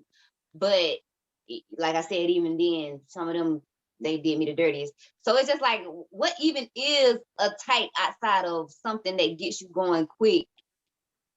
It's just like I was saying, just have good values, be congruent, let your actions be congruent with who you say you are, what you say you do, and let's just love each other and put all the BS to the side. I just think, And be world peace. yeah, I just think when you play it safe, that's all fine and dandy, but in time, like 10 years down the road, when you're actually growing, a lot of times I feel as though people who play it safe, they grow in different directions from the person that they, played it safe with, as opposed That's not what I'm saying now. No. But I'm just saying I'm just saying how I feel about that particular. But as far as Ingrid was saying, no, I'm just saying as far as what Ingrid was saying, like I could definitely see that. I'm more so the person who would like to be open to things, right? And then see where it falls. That's fine and dandy. But for me, I think there's a difference between settling and actually being open to things. I think if you're settling, you're just on some like, well, he doesn't cheat and he has a job, he has and that's how most people look at settling, but that's not how I look at it. Yeah, that's not the way that I look at it. But that is almost like settling, because it's like, all right, there's a difference between being open to things and then not being open to things, but just being like, you know what, he got this covered, so I'm just gonna be with him because I don't want to be alone, right? This is what settling. Yeah, I'm not gonna get into a relationship with somebody just because I want to be alone. Like right. That is like the negative side of settling. But for me, this is what settling means. I'm gonna find somebody who aligns with the values and stuff that I want in a person. And then I am going to anchor myself there to actually be intentional about making a relationship work with them. That is what settling is for me. Like I'm anchoring myself, like I'm settling down with you because you have the values and attributes that I am looking for, not settling as in the sense that, oh, let me just take whatever I can get because I'm lonely. Right, we're talking two different settlings though. Like, Yeah, of course, I agree with your settling because men have to settle down eventually if they want to get married, right? Right. That's what you're talking about. But yeah, what Cam is talking about is settling as in, hey, I know this ain't the dude I would normally, marry or whatnot, but he won't cheat on me, so therefore I'm going to be with him because I'm settling in that aspect. So we're talking yeah, so the urban yeah. I settling get it. as opposed The to Urban Dictionary. right, the Yeah. urban dictionary. Yeah, I'm not for that. And I don't think that's what Sierra did. I don't think she necessarily settled. I think she dated her type for a while, seen that it wasn't working, and then went for something else that was better. Like, okay, so I'm very like spiritual, into like health stuff or whatever. And sometimes like this passion, these butterflies, this excitement, sometimes that is our nervous system letting us know this person is not for us. Okay. Like, I just think that all the time. Like I used to like dope boys in college. I used to love me a dope boy. Guess what? In my 30s, I can't do no bid. I can't bail nobody out. I can't be shot up. Like I done put myself in some crazy ass situations because I like niggas that used to make fast You money. been shot I'm not at. doing that now. Huh? See, You been shot at. No, I haven't been shot at, but like this dude that I used to date back in the day, like he used to serve out of his house. So he it wasn't a good happened one. to be a night He that I wasn't was the not number one. there. He was not skilled at what he did. That's all. You just meant one that wasn't skilled. Because first and foremost, you definitely. I don't even do it, and I know not to serve in my house. Like where you lay your head at. Hey. Never He just wasn't skilled. that. Jeezy said that. I mean, clearly. I had no business dating him, so we all was making bad choices, okay? And he literally had a crackhead that came into, his spot or whatever that was looking for, some stuff or whatever. And had I been there, it would have been a bad situation. So I'm just saying, like, I'm not making those moves in my 30s. Like, those were the guys that got me there at that point. Like, I feel like eventually you grow up, you mature, you realize that the niggas that you like or the people that you like or, passion that gets you going or whatever may not always be good for you. Like, it's nothing wrong with making a safe choice. I used to like aggressive guys, like that, like got them deep voices and be like telling you what to do. Like I used to like it. But now it's just like, no, I need I did it. It's like, ooh. But now I'm like, I just want somebody who is assertive, who can articulate themselves well without being aggressive with me, like can still tell me where to go and how to get there without being overly emotional and aggressive. And that's safe. And there's nothing wrong with picking these safer choices. Like, No, but that's for the betterment of you. That's fine. Right. Just that he thinks that she picked it for a different look. reason. I feel like Sierra loves him. And it's just about feeling. Like for me, I think she's happy with Russell, but at the same time, she does kind of miss the more edgy type of male at times. But none of us are. Russell ain't a thug. We might not know that side of him. That man is right. If he encouraging her to be shaking and popping her booty like she do sometimes, I think he may have another side to him that he don't display as much. Man, I seen this man wear cornrows and I was done for it. What? Cornrows, bro. Like it was one offseason, this man had cornrows. I was like, yeah, I already know who wearing the pants. Sierra did So that. good will Russell Wilson ain't wearing no doggone. He might have wanted cornrows all his life and finally decided to just go for it and not care what nobody said.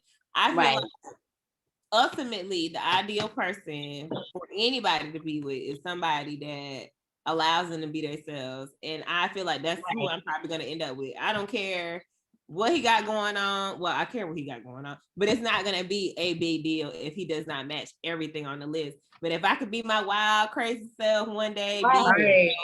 And then this, that's the person this I'm one gonna look guy at. who I like, I feel like he was this other guy.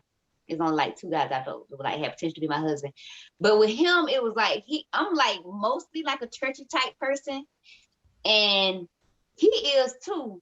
But when he told me that I couldn't wear like the dresses that I like to wear, I was like, oh no, we can't do this. Like, of course I get it. Like you don't want it's revealing, but I'm not doing this for people to look at me. I do this because I like the way I look in this. Like you're not finna tell me. And every now and then, I do a praise dance. I might want to bend over and shake my booty too. So, like if I'm doing that in the house, like just let me have my fun.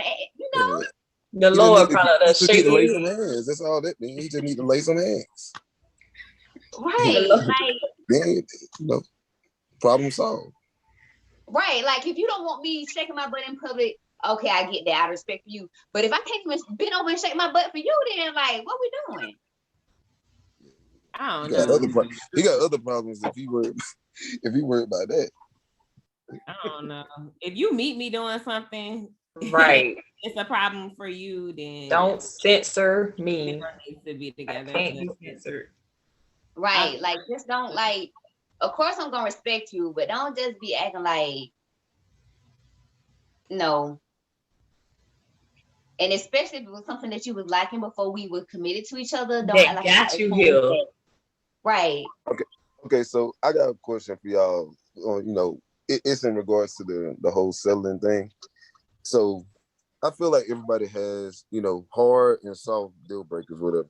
So, like, do you have deal breakers that you be like, okay, Sure. I've been letting this go on for the longest, but then you know what? I'm gonna open up, and this not gonna be a deal breaker no more. Because that's what I think is settling. When you start letting them deal breakers that you used to have, like the hard rules, like, hey, I'm not doing this, I'm not doing that, and then you just be like, you know what? I've been doing this for 30 whatever years. You know what? I'm just gonna take whatever. Like just, you know what I'm saying? Yeah, no, we ain't doing that. Nah, because I think. Go ahead. Oh no, no, because it's kind of like you. Like short guys, you ain't gonna never see me with a short guy.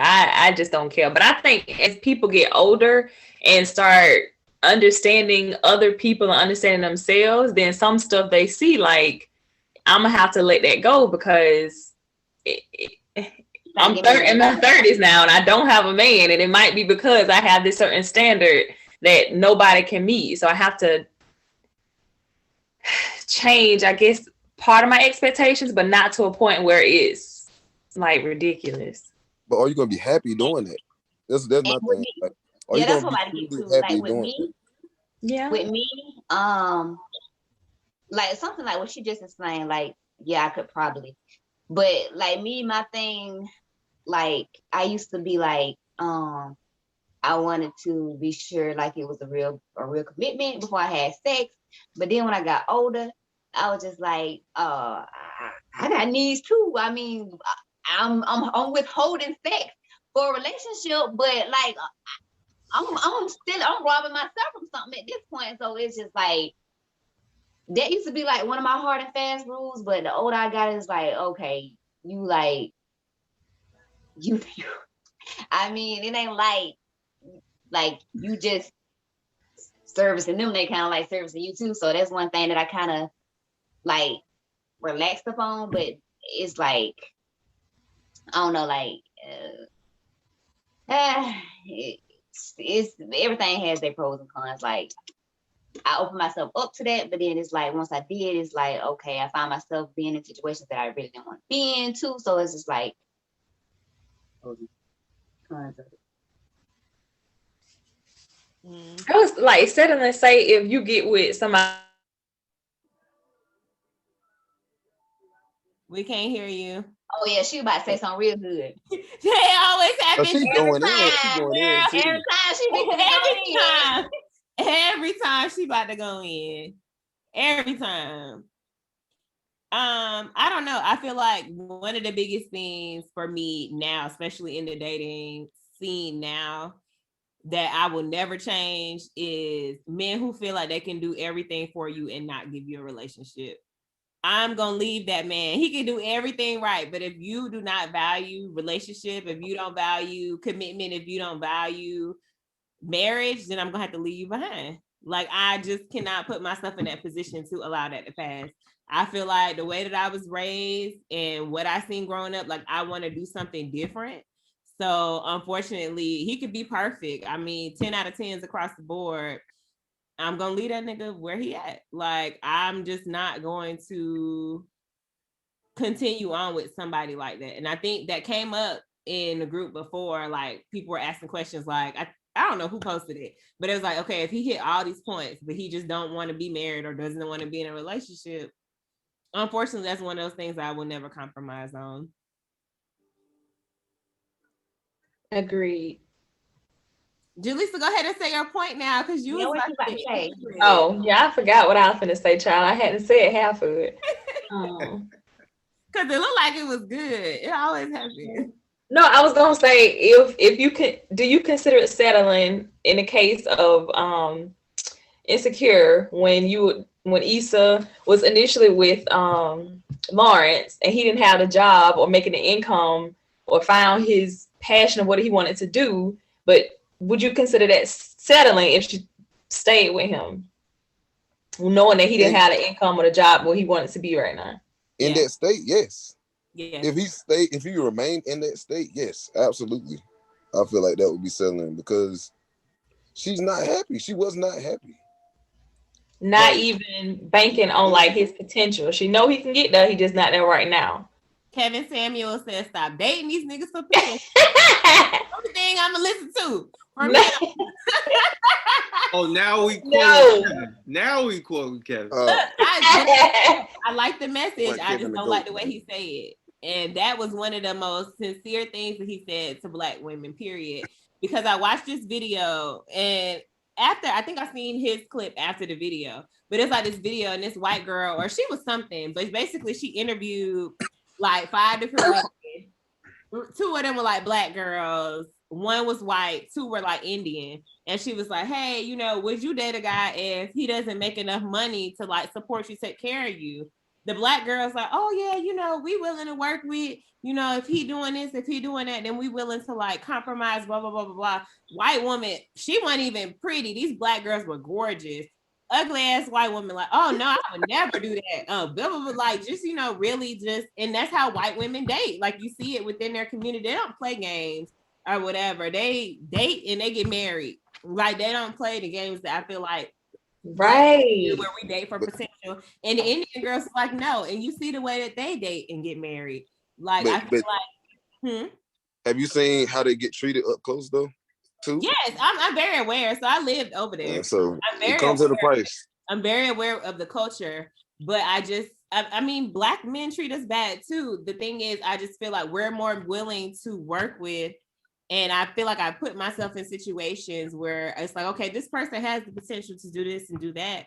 And I spent way more time in a situation banking on potential or whatever. So I don't feel like if Issa would have stayed with Lawrence in that moment, now the cheating thing, I don't feel like she should have did. I feel like she should have talked to him. But I feel like if she would have continued that relationship acting like she was happy, that would have been settling. And I feel like we do that often.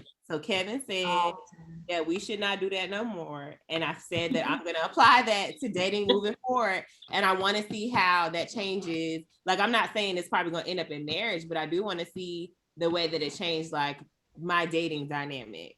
If I stop, if somebody is not where they need to be or where I want them to be in that moment, okay, well, you know, when you get your shit together, you can come back and talk to me. But right now, there's somebody else that got it, you know, everything together. I'm going to give him the energy. Like, I feel like we do a lot of trying to work with somebody, but niggas do not do the same thing with us. Like, men, I think society is kind of making us do it too. It's like society always talking about how Black men are being beat up on, how they're like, they do get the negative treatment and all. So I guess it kind of resonates with us to the point where we're like, okay, well, you know, I kind of want to take it easy on him. He already got enough out in the world, but they still don't appreciate it. Yeah, Issa, she was settling when she decided to cheat because that was the very moment she should have left.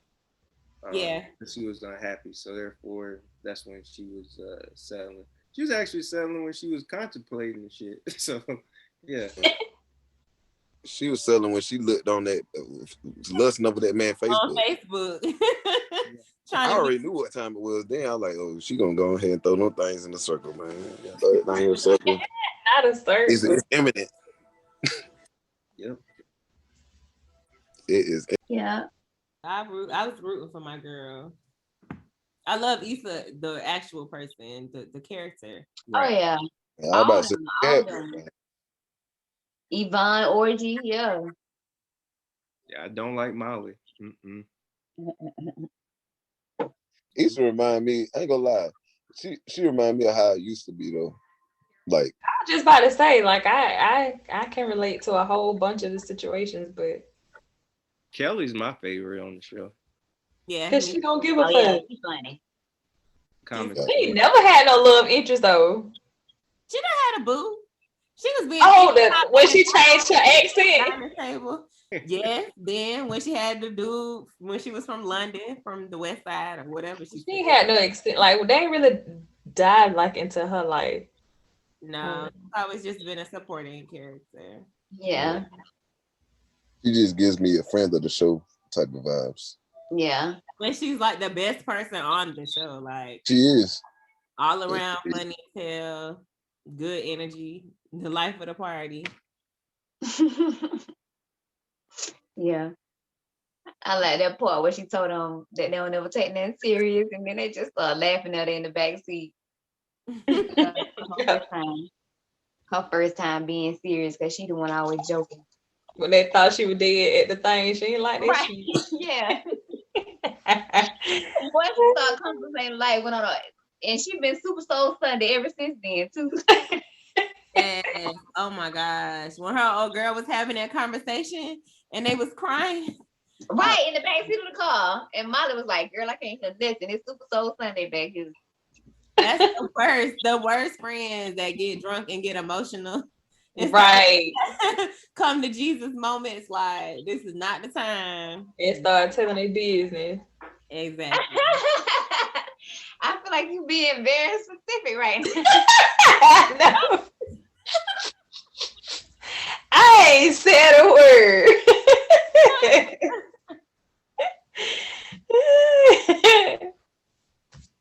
You said that out of pocket, not shit. Yeah. But yeah, well, thank y'all for joining me. I really appreciate y'all coming on and doing this commentary with me. I ain't gonna hold y'all. Nah, I appreciate the conversation. It was definitely, you know what I'm saying, it was definitely an enjoyable conversation with y'all. Definitely looking forward to it again. Yeah. But I will talk to you guys later. All right. All right. Good night, y'all. Good night.